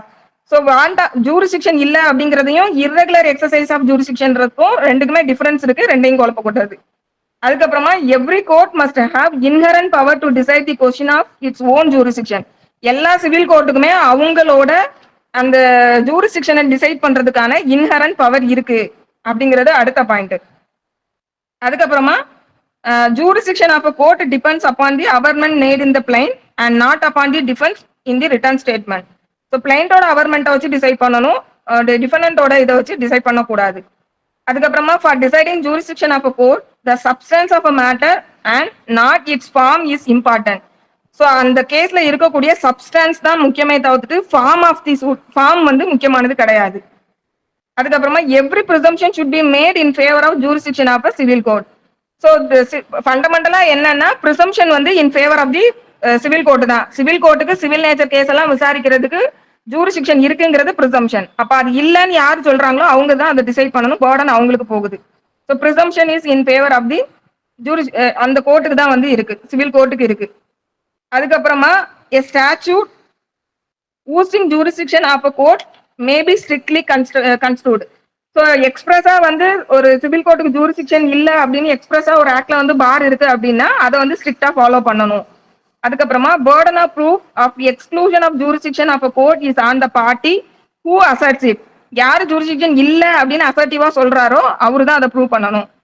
அதுக்கப்புறமா even where jurisdiction of a civil court is barred, it can still decide whether the provision of an act have been complied with or whether an order was passed dehaves the provision of law. So எக்ஸ்பிரஸா civil கோர்ட்டோட jurisdiction bar ஆகி இருந்தா கூட அந்த particular special ஆக்டுக்கு கீழே செயல்படக்கூடிய அந்த authority அந்த ஆக்டுக்கு கட்டுப்பட்டு செயல்பட்டு இருக்காங்களா இல்ல அந்த ஆக்ட்ல இருக்கக்கூடிய ப்ரொவிஷன்ஸை வந்து அவங்க வயலேட் பண்றாங்களா அப்படிங்கும் போது அந்த மாதிரி சிச்சுவேஷன் வரும்போது சிவில் கோர்ட்டோட ஜூரிஸ்டிக்ஷன் பார் ஆகாது. ஆட்டோமேட்டிக்கா இவங்களுக்கு ஜூரிஸ்டிக்ஷன் வந்துரும். டிஹார்னா என்ன மீனிங்னா அவுட் சைட் தி ஸ்கோப் ஆஃப்னு அர்த்தம். DEHORS டிஹார்ஸ்ன்ற ஒரு வேர்ட் சொன்னால அது அவுட் சைட் தி ஸ்கோப் ஆஃப்னு அர்த்தம். ஸோ இதுதான் வந்து ஜூரிஸ்டிக்ஷன் பத்தி கேட்டாங்கன்னா எழுதக்கூடிய இந்த பாயிண்ட்ஸ் எல்லாம். ஸோ இப்ப பார்த்த இந்த 12 இதுல வந்து 12 பாயிண்ட் சொல்லியிருப்பேன். இந்த 12 பாயிண்ட்டுமே வந்து சொன்ன ஜட்ஜ்மெண்ட் எது அப்படின்னா Premier Automobile versus Kamalakar. Premier Automobile versus Kamalakar. இன்னொரு ஜட்ஜ்மெண்ட் வந்து Rajasthan state road transport corporation versus Krishnakant. Rajasthan state road transport corporation versus Krishnakant. So இதுல ஏதாவது டவுட் இருந்தா கேளுங்க. இது டவுட் இல்லைன்னா நம்ம அடுத்த செக்ஷனுக்கு போயிடலாம். ஓகே, செக்ஷன் 9 முடிஞ்சிருச்சு. 10 பொறுத்த வரைக்கும் ரெஸ் சப்ஜுடைஸ். ரெஸ் சப்ஜுடைஸ்னா என்ன அதுக்கு மீனிங்னா அண்டர் ஜட்ஜ்மெண்ட்னு அர்த்தம். ரெஸ் சப்ஜுடைஸ் அப்படின்னா அண்டர் ஜட்ஜ்மெண்ட், இன்னும் ஜட்ஜ்மெண்ட் ஆகல, பெண்டிங்ல இருக்கு அப்படிங்கறத அந்த அந்த வேர்டுக்கான மீனிங். ஸோ செக்ஷன் 10ல என்ன சொல்றாங்க அப்படின்னா no court shall proceed with the trial of any suit in which the matter in issue is also directly and substantially in issue in a previously instituted suit between the same parties or between parties under whom they or any of them claim litigating under the same title where such suit is pending in the same or any other court in India having jurisdiction to grant the relief claimed or in any court beyond the limits of India established or constituted by the central government and having like jurisdiction or before the Supreme Court. So இவ்வளவும் இதுல சொல்லியிருக்காங்க. இந்த section 10 பொறுத்த வரைக்கும் நம்ம முதல்ல பார்த்த மாதிரி அண்டர் ஜட்ஜ்மெண்ட் அப்படின்னு பார்த்துட்டோம். அப்போ ஏற்கனவே ஒரு கேஸ் வந்து ஜட்ஜ்மெண்ட் வராம இன்னும் பெண்டிங்ல இருக்கு. அந்த அந்த சமயத்துல இன்னொரு கேஸை போய் ஃபைல் பண்றாங்க. ஸோ அதுதான் அப்படி பண்ணுனாங்க அப்படின்னா இந்த சப்சிக்வெண்ட் சூட்டை வந்து ட்ரையல்ல பார் பண்ணணும் அப்படின்னு சொல்லக்கூடியதான் இது. ஸோ இங்க வந்து நேரடியா வந்து சூட்டை ஃபைல் பண்ணக்கூடாதுன்னு சொல்லல. சூட் ஃபைல் பண்ணலாம். ஏற்கனவே ஒரு கேஸ் பெண்டிங்ல இருக்குன்னா இன்னொரு கேஸ் ஃபைல் பண்ணலாம். அதுக்கு வந்து பார் கிடையாது. எப்போ பார் வருது அப்படின்னா அது ட்ரையல் ஸ்டேஜ்க்கு வரும்போது தான் அந்த பார் வருது. அப்ப ட்ரையலுக்கு முன்னாடி வந்து நடக்கக்கூடிய எல்லாமே வந்து அது பாட்டுக்கு நடந்துட்டு இருக்கலாம். அதுக்கு தேர் இஸ் நோ பார். இப்போ உதாரணத்துக்கு அதுல ஒரு என்ட்ரி ஆர்டர் பாஸ் பண்ணலாம். இல்ல அதுல வந்து ஒரு ரிசீவர் பெட்டிஷன், ஒரு அட்வொகேட் கமிஷனர் பெட்டிஷன் போடுறாங்கன்னா அதுல ஆர்டர் பண்ணலாம். ஸோ என்ன வேணா பண்ணலாம். ஸோ அந்த அந்த ட்ரையலை தான் வந்து இது வந்து ஸ்டாப் பண்ணதே தவிர்த்துட்டு வேற எதையுமே வந்து இது ஸ்டாப் பண்ணல.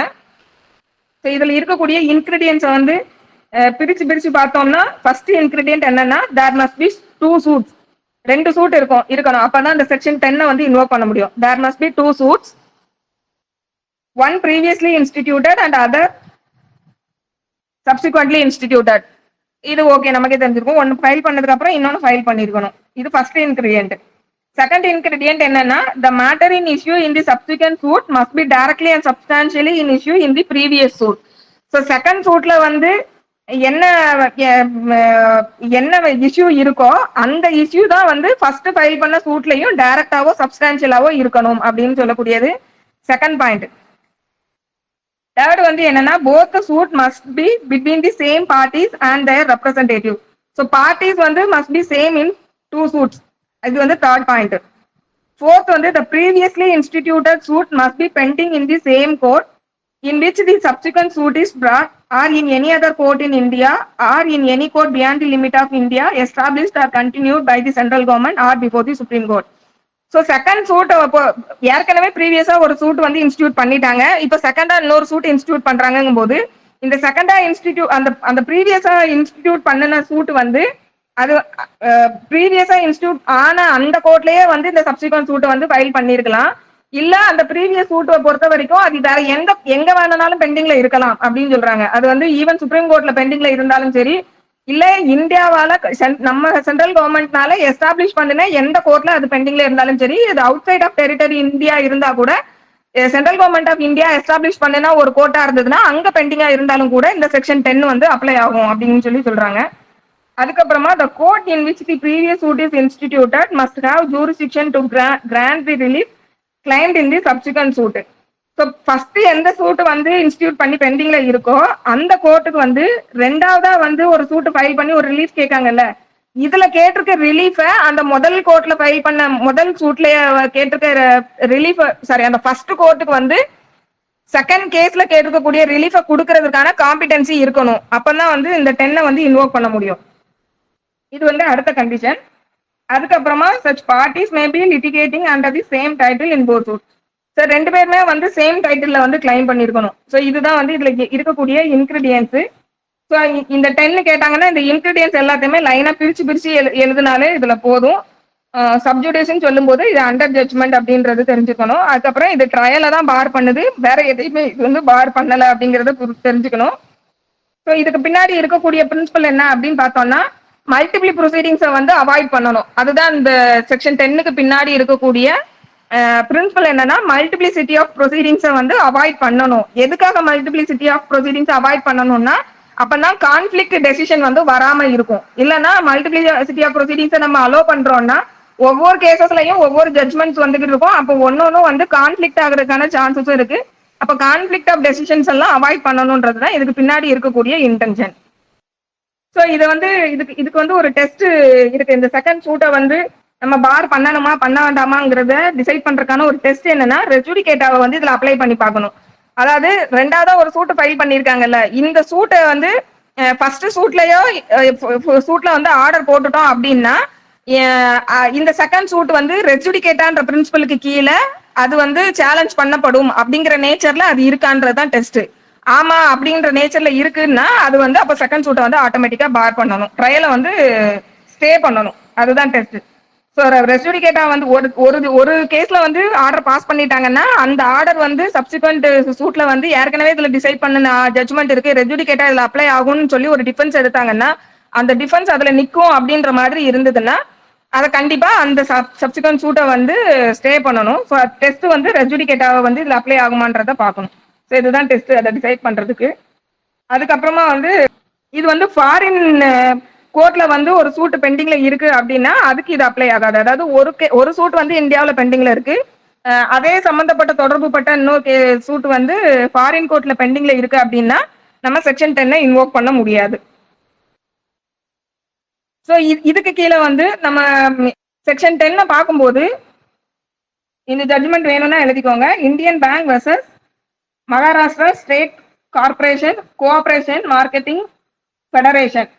Indian bank versus Maharashtra state cooperative marketing federation. So இதுல என்ன சொல்றாங்க அப்படின்னா இந்த செக்ஷன் 10ஓட மெயின் பர்பஸே என்ன அப்படின்னா கான்ஃபிளிக்ட் டெசிஷனை வந்து அவாய்ட் பண்றதுதான் மெயின் பர்பஸ். ஸோ இந்த பர்பஸை அச்சீவ் பண்றதுக்காக கோர்ட் வந்து அப்ராப்ரியேட் கேசஸ்ல என்ன பண்ணலாம் அப்படின்னா ரெண்டு கேஸையும் வந்து கன்சாலிடேட் பண்ணி சேர்த்து ஒன்னா எடுத்து அதுல வந்து காமனா வந்து அவங்க டெசிஷன் வந்து கொடுக்கலாம். கன்சாலிடேட் பண்ணி அந்த சூட்டை ட்ரை பண்ணிட்டு காமனா ஜட்மெண்ட் கொடுக்கலாம் அப்படின்னு சொன்ன கேஸ் வந்து இது. ஏன்னா 10ஓட ஆப்ஜெக்ட் அதுதான், கான்ஃபிளிக்ட் டெசிஷன் அவாய்ட் பண்ணுன்றதா ஆப்ஜெக்ட். அப்ப ரெண்டு கேஸ் ஃபைல் பண்ணிட்டாங்க போது ரெண்டையும் சேர்த்து அப்ராப்ரியேட் கேசஸ்ல ரெண்டையும் சேர்த்து கன்சாலிடேட் பண்ணி கோர்ட் விசாரிக்கலாம் அப்படின்னு சொல்லி இந்த ஜட்மெண்ட்ல சொல்றாங்க. ஸோ நமக்கு இப்போ மெஜாரிட்டி ஆஃப் தி கேசஸ் வந்து நம்ம மோஸ்ட்லி இதுதான் பண்ணுவாங்க. ஸோ இதுதான் வந்து செக்ஷன் 10. Next section 11. இதுல ஏதாவது டவுட் இருந்ததுன்னா கேளுங்க, செக்ஷன் 11 போயிடலாம். ப்ளீஸ் மேம் இந்த கேஸ்ல பண்ணுங்க. Good evening madam. மேடம் ஒரு டெஸ்ட் சொல்லுங்க, ரெஜிடிகேட்டாவை அப்ளை பண்ணணும்னு சொன்னீங்க. ஸோ ரெஜிடிகேட்டானா ரெஜிடிகேட்டா அப்படின்றது வந்து செக்ஷன் 11 சொல்லுது. அது ஒரு ஜட்ஜ்மெண்ட், ஒரு அதிகார வரம்புடைய நீதிமன்றம் வந்து ஒரு ஜட்ஜ்மெண்ட் ப்ரொனவுன்ஸ் பண்ணிட்டா பின்னிட்டு வழக்கு பின்னிட்டு ஒரு கேஸ் தாக்கல் பண்ணோம்னா அது ரெஜிடிகேட்டான்னு சொல்லி இது பண்ணலாம். இந்த இதில் வந்து எப்படி மேடம் ஒரு கேஸ் பெண்டிங்காக இருக்கு, சப்சிக்வெண்டான ஒரு கேஸ் ஃபைல் பண்ணிருந்தாங்கன்னா நான் சொல்றேன் கரெக்டா அண்டர்ஸ்டாண்ட் பண்ணல. நான் என்ன சொல்றேன்னா இப்போ ரெண்டு கேஸ் பெண்டிங்ல இருக்கு, யாருக்குமே ஒரு கேஸ் பெண்டிங்ல இருக்கு, இன்னொரு கோர்ட் இன்னொரு கேஸ் ஃபைல் பண்ணிட்டாங்க, அது இன்னொரு கோர்ட்ல பெண்டிங்ல இருக்கு. இப்போ ஆப்போசிட் ஒரு பார்ட்டி வந்து என்ன சொல்லுவாங்க அப்படின்னா ஏற்கனவே ஒரு கேஸ் பெண்டிங்ல இருக்கு, அதனால இந்த செகண்ட் சூட்டை வந்து ட்ரையலை வந்து பார் பண்ணுங்க ஸ்டே பண்ணுங்க அப்படின்னு சொல்லி வந்து நம்ம கோர்ட்ல வந்து ரெப்ரசென்ட் பண்ணுவாங்க. அப்ப கோர்ட் என்ன பண்ணோம்னா அந்த செகண்ட் கேஸை வந்து ரெண்டு கேஸையும் பார்க்கணும். அந்த கேஸ்ல உள்ள பிளைண்ட்டையும் கோர்ட் பார்ப்பாங்க. அப்ப பார்க்கும்போது ஒரு கேஸ்ல ஆர்டர் பண்ணிட்டாங்கனாலே ஆட்டோமேட்டிக்கா இன்னொரு கேஸ் வந்து ரெஜுடிகேட்டா அப்ளை பண்ற மாதிரி அதுல கிரவுண்ட்ஸ் இருக்கா, ரெஜுடிகேட்டாக்கு இருக்கக்கூடிய இன்கிரீடியன்ஸ் இப்போ ஒண்ணுல ஆர்டர் போட்டுட்டாங்கன்னா ஆட்டோமேட்டிக்கா இன்னொன்னு வந்து ரெஜுடிகேட்டா அப்ளை ஆகுமான்றத டெஸ்ட் அவங்க அந்த டைமே ஜட்ஜ் வந்து பார்க்கலாம். இதுல ஆர்டர் போட்டா இது அப்படியே அதுக்கு டிட்டோவா அப்ளை ஆகுமோ ஓகே அப்படின்னு அவர் டிசைட் பண்ணிட்டாருன்னா ஆமா உடனே இவர் இந்த சப்சிக்வெண்ட் சூட்டை வந்து அவர் ஸ்டே பண்ணிடலாம். ஸோ ரெஜுடிகேட்டா அப்ளை ஆகுமா இல்லையான்னு ரெஜுடிகேட்டா பிரின்சிபலா அங்க அப்ளை பண்ணணும்னு சொல்லல, ஃபர்ஸ்ட் கேஸ்ல வந்து ஒரு கேஸ்ல நம்ம ஆர்டர் கொடுத்து இந்த 2 சூட்ல ஏதோ ஒரு சூட்ல ஆர்டர் பாஸ் பண்ணிட்டோம் அப்படின்னா ரெண்டும் ஒரே நேச்சரா தான் இருக்கு. இதுல ஒண்ணுல ஆர்டர் வந்துட்டானாலே இன்னொரு கேஸ் வந்து ரெஜுடிகேட்டா பிரின்சிபல்ல கண்டிப்பா அடிபடும் அப்படின்ற சிச்சுவேஷன் இருக்காங்கிறத ஜட்ஜ் வந்து பார்க்கணும். அதுதான் டெஸ்ட். ரெஜுடிகேட்டான்ற பிரின்சிபல் அங்க இன்னும் அப்ளை பண்ண வரல. அங்க ஒரு கேஸ் முடிஞ்சாதான் ரெஜுடிகேட்டா பிரின்சிபலே வரும். இவர் வந்து ஃபியூச்சரை யோசிச்சு பார்க்காரு, 2 கேஸோட ஃபேக்ட்ஸையும் பார்க்காரு. ஓகே, ஒண்ணுல ஆர்டர் போட்டாலே ஆட்டோமேட்டிக்கா ரெஜுடிகேட்டா பிரின்சிபல் அப்ளை ஆக மாட்டேதான் எல்லாமே இருக்கு, அப்பனா எஸ் இதை நம்ம ஸ்டே பண்ணணும்னு சொல்லி அவர் ஸ்டே பண்ணணும். அப்படி சொல்றேன், புரியுதா? ஓகேங்க மேடம். ஓகே. ஒருத்தங்க ஜட்மெண்ட் கேட்டீங்கன்னா இதுக்குள்ள ஜட்மெண்ட் தான் கேட்டீங்கன்னு நினைக்கிறேன். Indian bank versus Maharashtra state cooperative marketing federation. Indian bank versus Maharashtra state cooperative marketing federation. ஓகேவா? வேற ஏதாவது டவுட் இருந்தா கேளுங்க, இல்ல நம்ம செக்ஷன் 11 போயிடலாம். செக்ஷன் 11 செக்ஷன் 11க்கு பின்னாடி இருக்கக்கூடிய டாக்டரின் என்ன அப்படின்றது கண்டிப்பா செக்ஷன் 11ல கொஸ்டின் இருக்கும். ஸோ இது நிறைய இன்டெப்தா வந்து படிங்க. பாலா ஹேண்ட் ரைஸ் பண்ணிருக்கீங்க, எதுவும் டவுட் இருக்கா?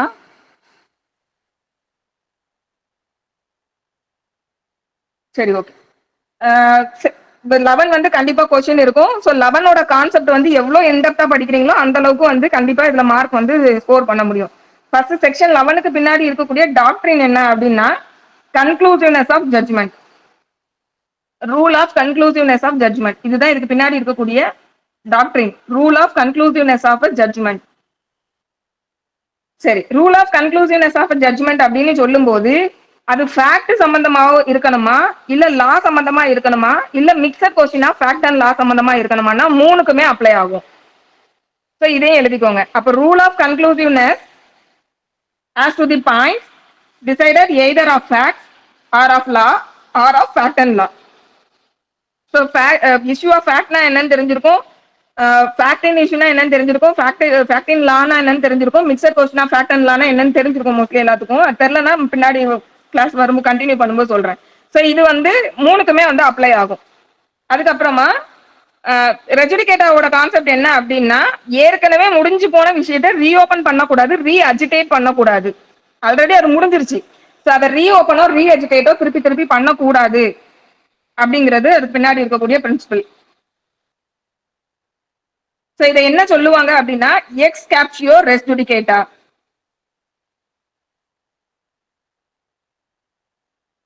எக்ஸ் கேப்சியோ ரெஸ் ஜுடிகேட்டா இதுதான் அதுக்கு இருக்கக்கூடிய லீகல் டேர்ம். எக்ஸ் கேப்சியோ ரெஸ் ஜுடிகேட்டா அதாவது one suit and one decision is enough. Once conclude ஆயிடுச்சுன்னா திருப்பி ரீஎஜிடேட் பண்ணக்கூடாது. One suit and one decision is enough for any single dispute. இதுதான் வந்து அந்த எக்ஸ் கேப்சியோ ரெஸ் ஜுடிகேட்டான்றதுக்கு one suit and one decision is enough for a single dispute. 11ல என்ன இருக்குன்றது ரீட் பண்றதுக்கு முன்னாடி ஃபண்டமெண்டலா ரெஜுடிகேட்டால இருக்கக்கூடியதெல்லாம் பார்த்துருவோம். ரெஜுடிகேட்டாக்கு பின்னாடி இருக்கக்கூடியது மொத்தம் 3 லீகல் மேக்ஸிம் இருக்கு.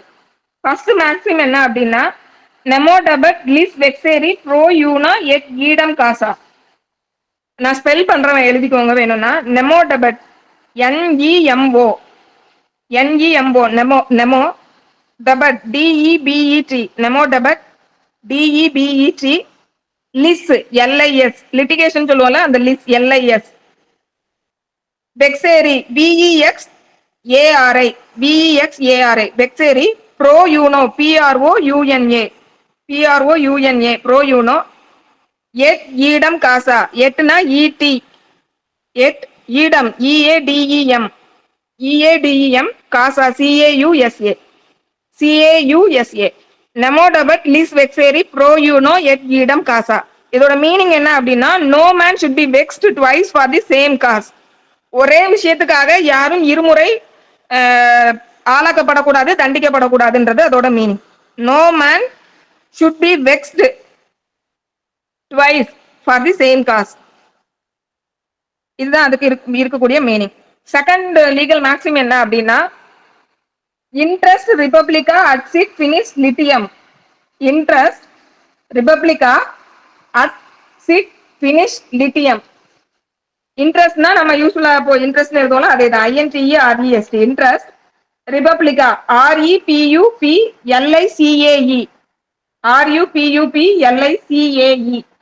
ரிபப்ளிகா, ut UT ut, sit SIT sit, finis FINIS finis, litium LITIUM, interest republicae ut sit finis litium. இதோட மீனிங் என்ன அப்படின்னா, it is the interest of the state, it is the interest of the state that there should be an end to a litigation. There should be an end to a litigation. It is the interest of the state that there should be an end to a litigation. இது வந்து இதுக்குள்ள meaning. Third maximum என்ன அப்படின்னா, res judicata pro veritate occipitar. res judicata pro veritate occipitar. res judicata நமக்கு தெரியும், அப்படியே எழுதிக்கோங்க. Pro வெரிடேட்னா PRO, pro veritate VERITATE, VERITATE, accipitur OCCIPITUR,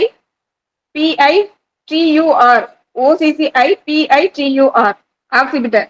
இதோட மீனிங் என்ன அப்படின்னா, a judicial decision must be accepted as correct. A judicial decision must be accepted as correct.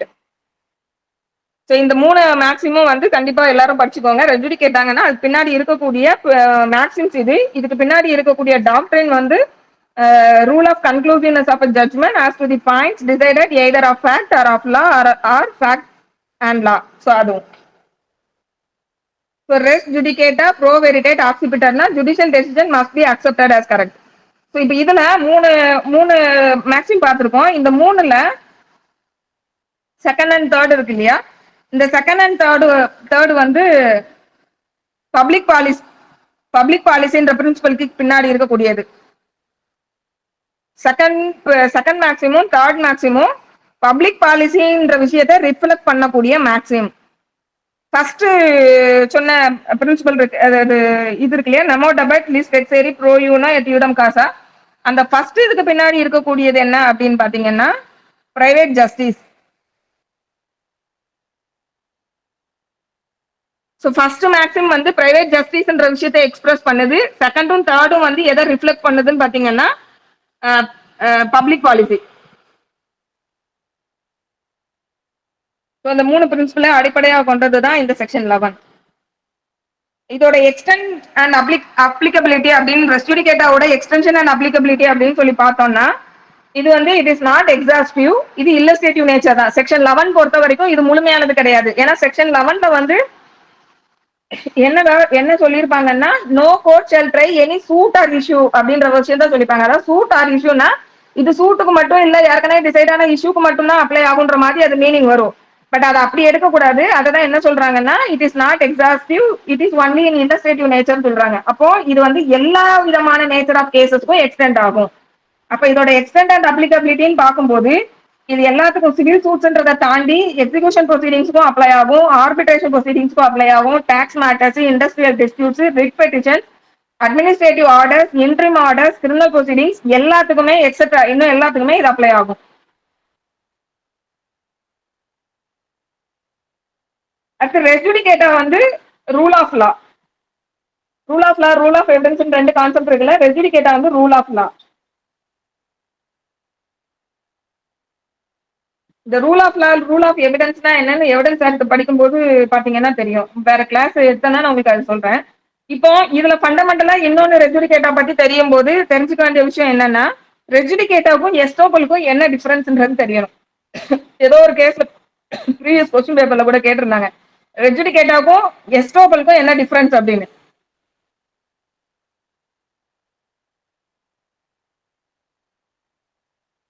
So என்ன டிஃபரன்ஸ்னா, first difference என்ன அப்படின்னா, ரெஸ் ஜுடிகேட்டா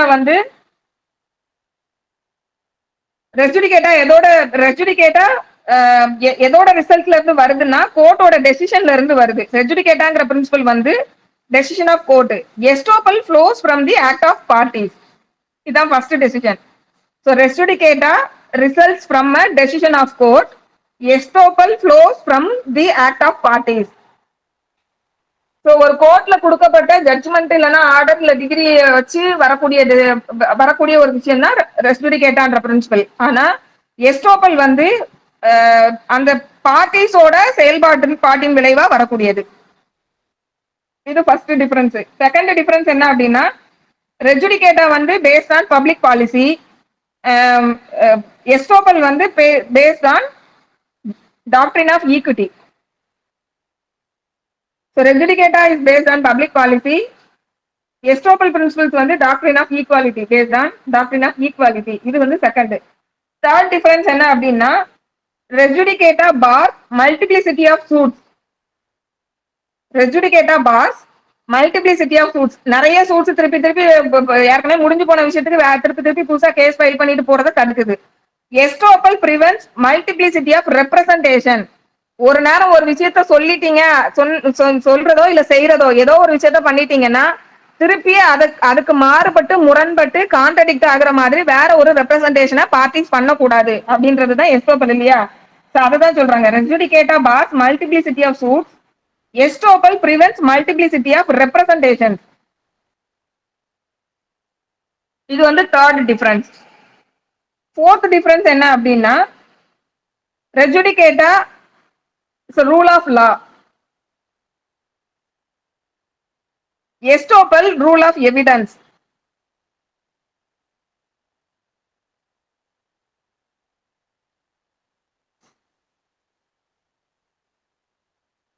நெக்ஸ்ட் டிஃபரன்ஸ் என்னன்னா, res judicata binds both the parties to the litigation. Resjudicata binds both parties to the litigation. Estoppel binds only the party who made the previous statement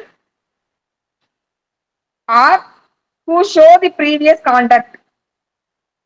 So ரெஜுடிகேட்டா பொறுத்த வரைக்கும் அந்த லிட்டிகேஷனோட parties எல்லாத்தையுமே அது find பண்ணுது.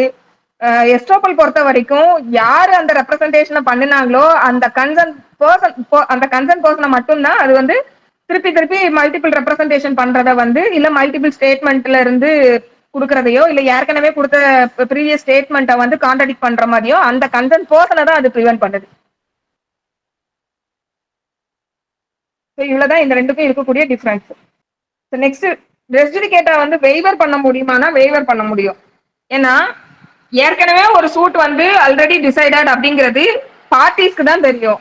அப்போ ஒரு ப்ரீவியஸ் சூட் ஏற்கனவே டிசைட் ஆகி ஒரு ஆர்டர் பாஸ் பண்ணப்பட்டிருக்கு அப்படின்னா அதே நேச்சர்ல உள்ள இன்னொரு சூட்டை அதே கேஸ்க்காக திருப்பியும் வந்து அவங்க கேஸ் ஃபைல் பண்றாங்கும் போது ஆப்போசிட் பார்ட்டி கோர்ட்டுக்கு வந்து சொன்னாதான் ஆமா ஏற்கனவே இந்த சூட் டிசைட் ஆயிருக்குங்கிறத அவங்களால டிசைட் பண்ண முடியும். சொல்லாம அமைதியா அவங்க பாட்டுக்க வேவ் பண்ணிட்டு விட்டு கொடுத்துட்டு இருந்தாங்கன்னா கோர்ட்டுக்கு தெரிய வராது. அப்போ கோர்ட் அதுல ஒண்ணுமே ஹெல்ப் பண்ண முடியாது, ஹெல்ப்லெஸ்ஸா இருப்பாங்க. சோ அப்போ இந்த பார்ட்டி வெய்வர் பண்றாங்கன்னா ஒண்ணும் பண்ண முடியாது, வேவ் பண்ண முடியும். ஆனா சப்போஸ் அட்வொகேட்ஸ் வந்து கோர்ட்ல ரெப்ரசென்ட் பண்ணல, ஏற்கனவே ப்ரீவியஸ் சூட் இருக்குன்னு ரெப்ரசென்ட் பண்ணல, ஆனா பார்ட்டிஸே வந்து கோர்ட்ல வந்து ஏற்கனவே சூட் டிசைட் ஆயிருக்குன்னு வந்து சொல்லி கோர்ட்டோட நாலேஜுக்கு ஒன்ஸ் அது வந்துருச்சு அப்படின்னா கோர்ட் கண்டிப்பா வந்து ரெஜுடிகேட்டா இருக்கா இல்லையாங்கிறத டிசைட் பண்ணியே ஆகணும். ஸோ கோர்ட்டோட நாலேஜுக்கு வராத வரைக்கும் இவங்க வெய்வ் பண்ணனாங்கன்னா ஒன்றும் பண்ண முடியாது. பட் ஒன்ஸ் ஏதோ ஒரு விதத்துல கோர்ட்டுக்கு வந்து இதுல ரெஜுடிகேட்டா இருக்குது, இந்த கேஸ்ல இதுக்கு முன்னாடியே ஆல்ரெடி சேம் சூட் வந்து டிசைட் ஆயிருக்குன்ற ஒன்ஸ் அந்த நாலேஜ் வந்துருச்சுன்னா அவங்க அதுக்கப்புறம் அதை டிசைட் பண்ணணும்.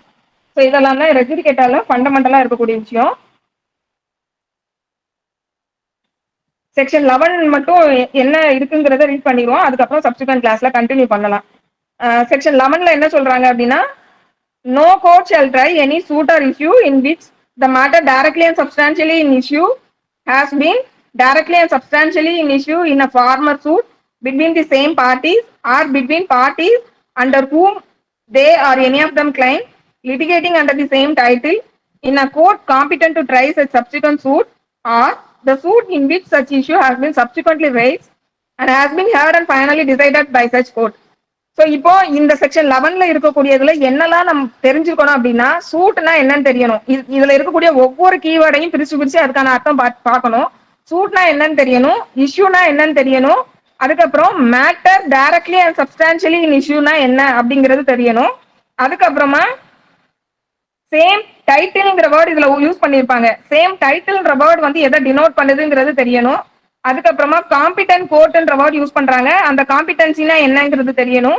அதுக்கப்புறமா ஹியர்ட் அண்ட் ஃபைனலி டிசைடட் இந்த வேர்டு இருக்கு. இது ஒவ்வொன்றும் எப்படி நம்ம இதை இன்டர்பிரட் பண்ணணும் இந்த ஒவ்வொரு வேர்டையும் அப்படிங்கிறது தெரிஞ்சாதான் இந்த செக்ஷன்ல இருக்கிறத முழுமையா நம்ம அண்டர்ஸ்டாண்ட் பண்ண முடியும். ஃபர்ஸ்ட் இது, அதுக்கப்புறம் எக்ஸ்பிளனேஷன் மட்டும் ரீட் பண்ணி இன்னைக்கு கிளாஸ் முடிச்சுக்கலாம். அந்த மேல சொன்ன ஒவ்வொரு இன்கிரிடியன்ட்டையும் வந்து நெக்ஸ்ட் கிளாஸ்ல நான் சொல்றேன். எக்ஸ்பிளனேஷன் 1ல என்ன சொல்றாங்கன்னா, தி expression farmer suit shall denote a suit which has been decided prior to the suit in question whether or not it was instituted prior thereto.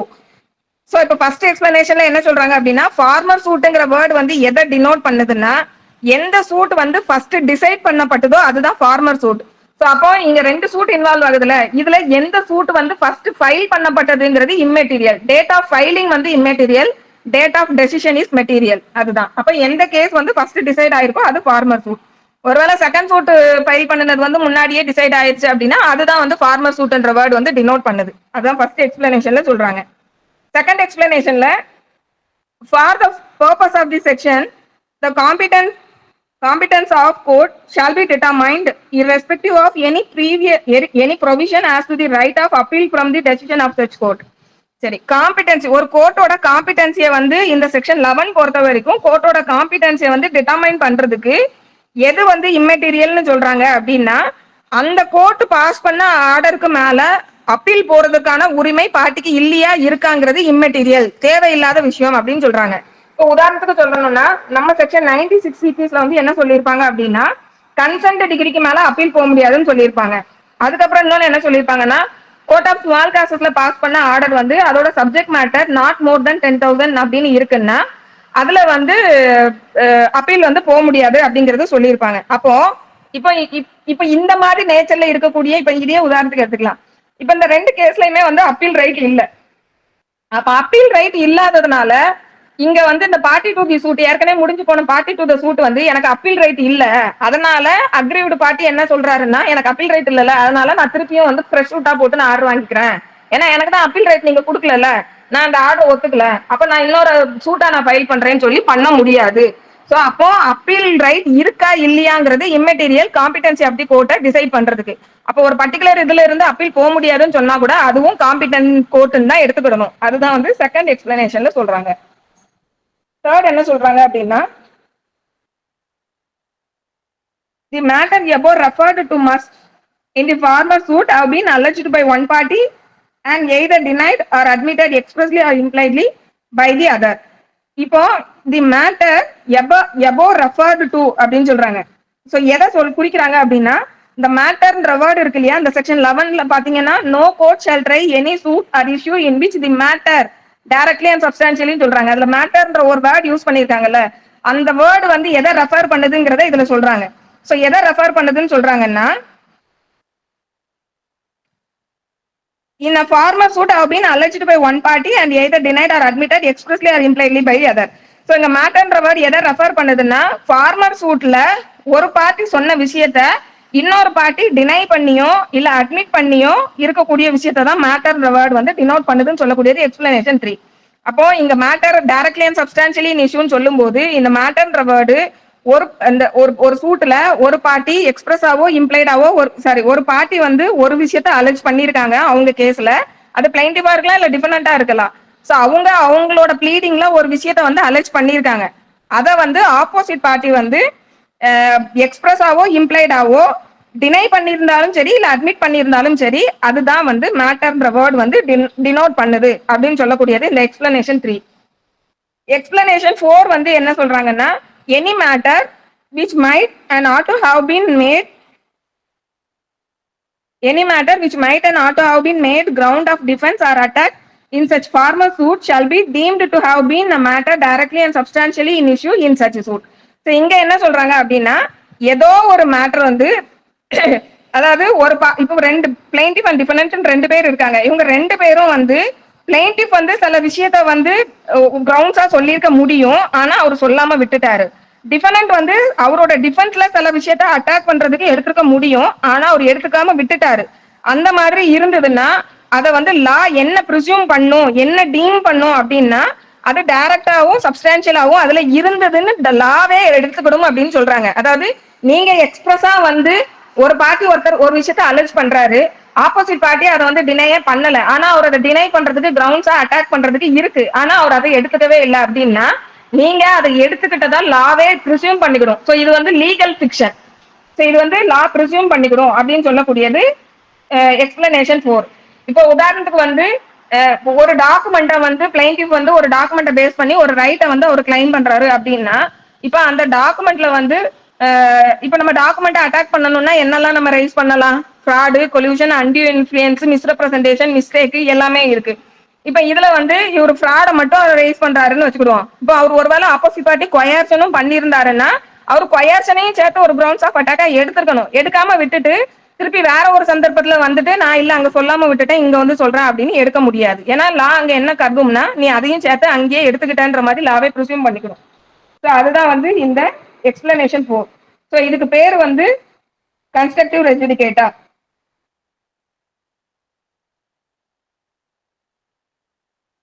So அது அந்த மாதிரி எடுக்க முடிஞ்சு எடுக்காத விஷயங்கள் எல்லாம் லா வந்து என்ன ப்ரிசியூம் பண்ணுதுன்னா அந்த கேஸ்ல ஏற்கனவே டைரக்டாவும் சப்ஸ்டான்ஷியலாவும் அது இஷ்யூல இருந்திருக்கு அப்படின்னு எடுத்துக்கிடுங்கிறது அடுத்த எக்ஸ்பிளனேஷன். நீங்க ஒரி பண்ண வேண்டாம், பின்னாடி போகும்போது நெக்ஸ்ட் கிளாஸ்ல இன்னும் கிளியராகவே சொல்லித்தரேன்.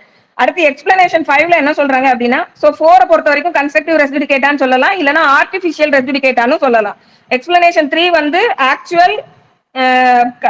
ஆக்சுவல் ரெஜுடிகேட்டா வந்து எக்ஸ்பிளனேஷன் 3. எக்ஸ்பிளனேஷன் 4 வந்து ஆர்டிஃபிஷியல் ரெஜுடிகேட்டா இல்லைன்னா கன்ஸ்ட்ரக்டிவ் ரெஜுடிகேட்டா அப்படின்னு சொல்லலாம். அடுத்து எக்ஸ்பிளனேஷன் 5 வந்து any relief climbed in the blind which is not expressly granted by the degree shall for the purpose of this section be deemed to have been refused. So இங்க வந்து நம்ம ஏதோ ஒரு ரிலீஃப் கேட்டிருக்கோம், ஆனா கோர்ட் அதை கொடுக்கல அப்படின்ற பட்சத்துல ரெஜுடிகேட்டா பிரின்சிபல் அப்ளை பண்றதுக்கு அதை எப்படி எடுத்துக்கிடணும்னா கோர்ட் வந்து அதை கொடுக்காம ரெஃப்யூஸ் பண்ணிருச்சுன்னு எடுத்துக்கிடணும். அப்ப ஏற்கனவே ப்ரீவியஸா ஒரு சூட் ஃபைல் பண்ணி அதுல ஒரு ரிலீஃப் கேட்டிருக்கோம், கோர்ட் அதை கொடுக்கல அப்படின்னா உடனே எனக்கு கோர்ட்ல வந்து அந்த ரிலீஃப் கொடுக்கல, அது கொடுக்காத காரணத்தினால நான் சப்சிக்வென்ட் சூட் போடுறேன்னு சொல்லி போட முடியாது. ஏன்னா அது ரெஃப்யூஸ்ன்னு எடுத்துக்கிடணும்னு நீங்க பதில் சொல்லிட்டாங்க. அப்போ நான் கேட்டு கொடுக்காதனாலதான் இன்னொரு அதே விஷயத்துக்காக நான் சப்சிக்வென்ட் சூட் போட்டேன்னு நம்ம போட முடியாது. அதுதான் வந்து இந்த எக்ஸ்பிளனேஷன் 5ல சொல்றாங்க. ஏன்னா அது ரெஃப்யூஸ்ன்னு எடுத்துக்கிடணும். அடுத்து 6ல என்ன சொல்றாங்கன்னா, where persons litigate bona fide in respect of a public right or of a private right claimed in common for themselves and others, all persons interested in such right shall for the purpose of this section be deemed to claim under the person so litigating. So இது வந்து representative நேச்சர்ல வந்து file பண்ணக்கூடிய சூட்டு. Representative நேச்சர்ல case file பண்ணியிருக்காங்க அப்படிங்கும் போது யாரோட பெனிஃபிட்டுகள்லாம் சேர்த்து அந்த சூட் வந்து ஃபைல் பண்ணியிருக்காங்களோ அந்த அத்தனை பேரையும் அந்த டிகிரி வந்து கட்டுப்படுத்தும் அப்படிங்கிறது தான் இது. அப்போ அதுல வந்து இப்போ ஒரு பர்டிகுலர் ஏரியாவில் இருக்கக்கூடிய common interest of common welfare of particular area ஒரு சூட் ஃபைல் பண்றாங்கும் போது அதுல இருக்க அந்த பர்டிகுலர் ஏரியாவில் இருக்கக்கூடிய எல்லாரையும் எல்லாரோட பேரையும் அந்த கேஸ்ல கொண்டு வரலன்னா கூட அந்த சூட் வந்து அந்த ஏரியாவில் இருக்கக்கூடிய எல்லாருக்காகவும் ரெப்ரசன்டேட்டிவ் நேச்சர்ல ஃபைல் பண்ணியிருக்காங்கன்னா அதுல பாஸ் பண்ணக்கூடிய டிகிரி வந்து அவங்க எல்லாருமே அது பைன் பண்ணும் அப்படின்னு சொல்லக்கூடியதா இந்த எக்ஸ்பிளனேஷன் 6. ஆனா கண்டிஷன் என்னன்னா போனஃபைடா வந்து அவங்க அந்த கேஸை ஃபைல் பண்ணியிருக்கணும்.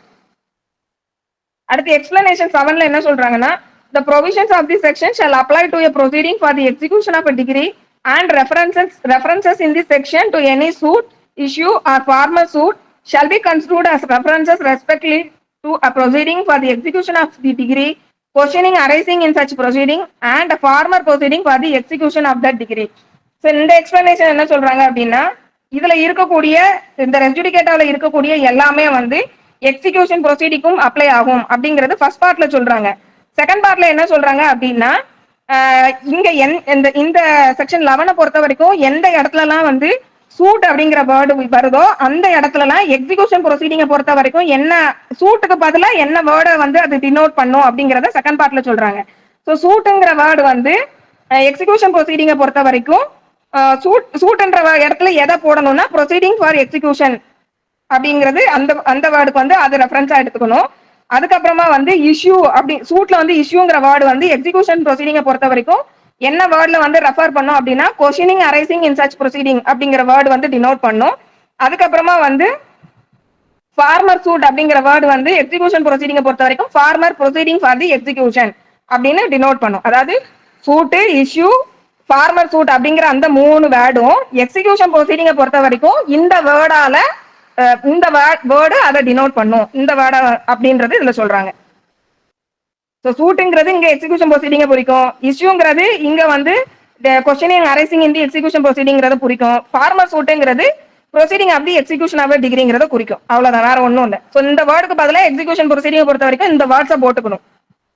அடுத்து explanation 8ல an issue heard and finally decided by a court of limited jurisdiction competent to decide such issue shall operate as res judicata in a subsequent suit, notwithstanding that such court of limited jurisdiction was not competent to try such subsequent suit in which such issue has been subsequently raised.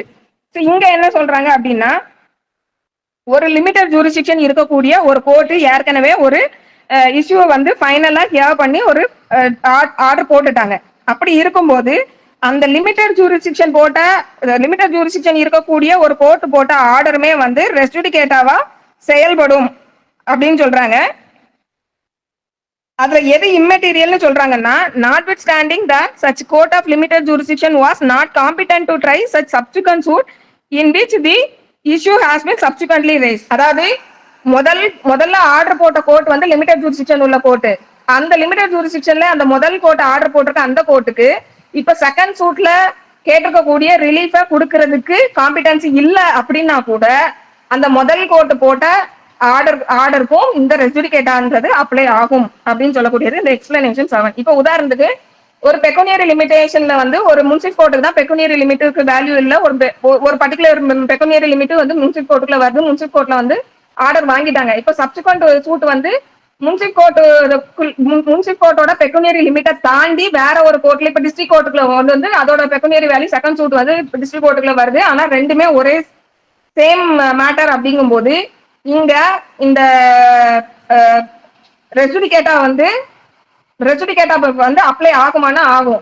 இப்ப opposite party இந்த plaintiff வந்து இந்த subsequent சூட்டை போட்ட plaintiff என்ன சொல்லுவாருன்னா, முதல் போட்ட சூட்டு வந்து லிமிடெட் ஜூரிஸ்டிக்ஷன் உள்ள ஒரு கோர்ட்டு, அந்த கோர்ட்டுக்கு வந்து பெக்குனியரி லிமிட் இவ்வளவுதான் உண்டு, அது ஒரு லிமிடெட் ஜூரிஸ்டிக்ஷன் தான் அந்த கோர்ட்டுக்கு இருக்கு. சோ அந்த கோர்ட் போட்ட ஆர்டருக்கு வந்து ரெஸ்ஜுடிகேட்டா அப்ளை ஆகாது. அந்த கோர்ட்ல வாங்கின அந்த கோர்ட்டுக்கு வந்து நான் இந்த செகண்ட் கோர்ட்ல இப்ப கேட்டிருக்க ரிலீஃப் கொடுக்கறதுக்கான காம்பிடன்சி இல்ல, அதனால இங்க ரெஸ்ஜுடிகேட்டா அப்ளை ஆகாதுன்னு அவங்க ரேஸ் பண்ண முடியாது. சிம்பிளா என்ன சொல்றாங்கன்னா, ஒரு ஆர்டர் வந்து லிமிடெட் ஜூரிஸ்டிக்ஷன் உள்ள ஒரு கோர்ட் போட்ட ஆர்டரா இருந்தாலும் அதுக்கும் ரெஸ்ஜுடிகேட்டா அப்ளை ஆகும் அப்படின்னு சொல்லக்கூடியதான் இந்த லாஸ்ட் இது. இதுல ஏதாவது டவுட் இருந்தா கேளுங்க. இதுல குழப்பம் இருந்தா நீங்க குழம்ப வேண்டாம், ஏன்னா நம்ம ஒவ்வொன்றையுமே டீடைலா நம்ம சப்சிக்வெண்ட் கிளாஸஸ்ல வந்து சொல்றேன். எஸ் மேடம், கிளியர் மேடம், யாருக்கும் எதுவும் டவுட் வரல மேடம். ரொம்ப டீட்டெயிலா நம்ம கிளியரா எக்ஸ்பிளைன் பண்ணீங்க madam. Thank you very much madam. உங்களுக்கு நேரத்தில் இவ்வளோ நேரம் எங்களுக்கு செலவழிச்சு ரொம்ப ஒரு ஜூரிஸ்டிகேஷன் வந்து அவ்வளோ ரொம்ப கிளியரா எடுத்து கொடுத்துருக்கீங்க madam. Thank you very much madam. Thank you sir, thank you very much. Thank you participants.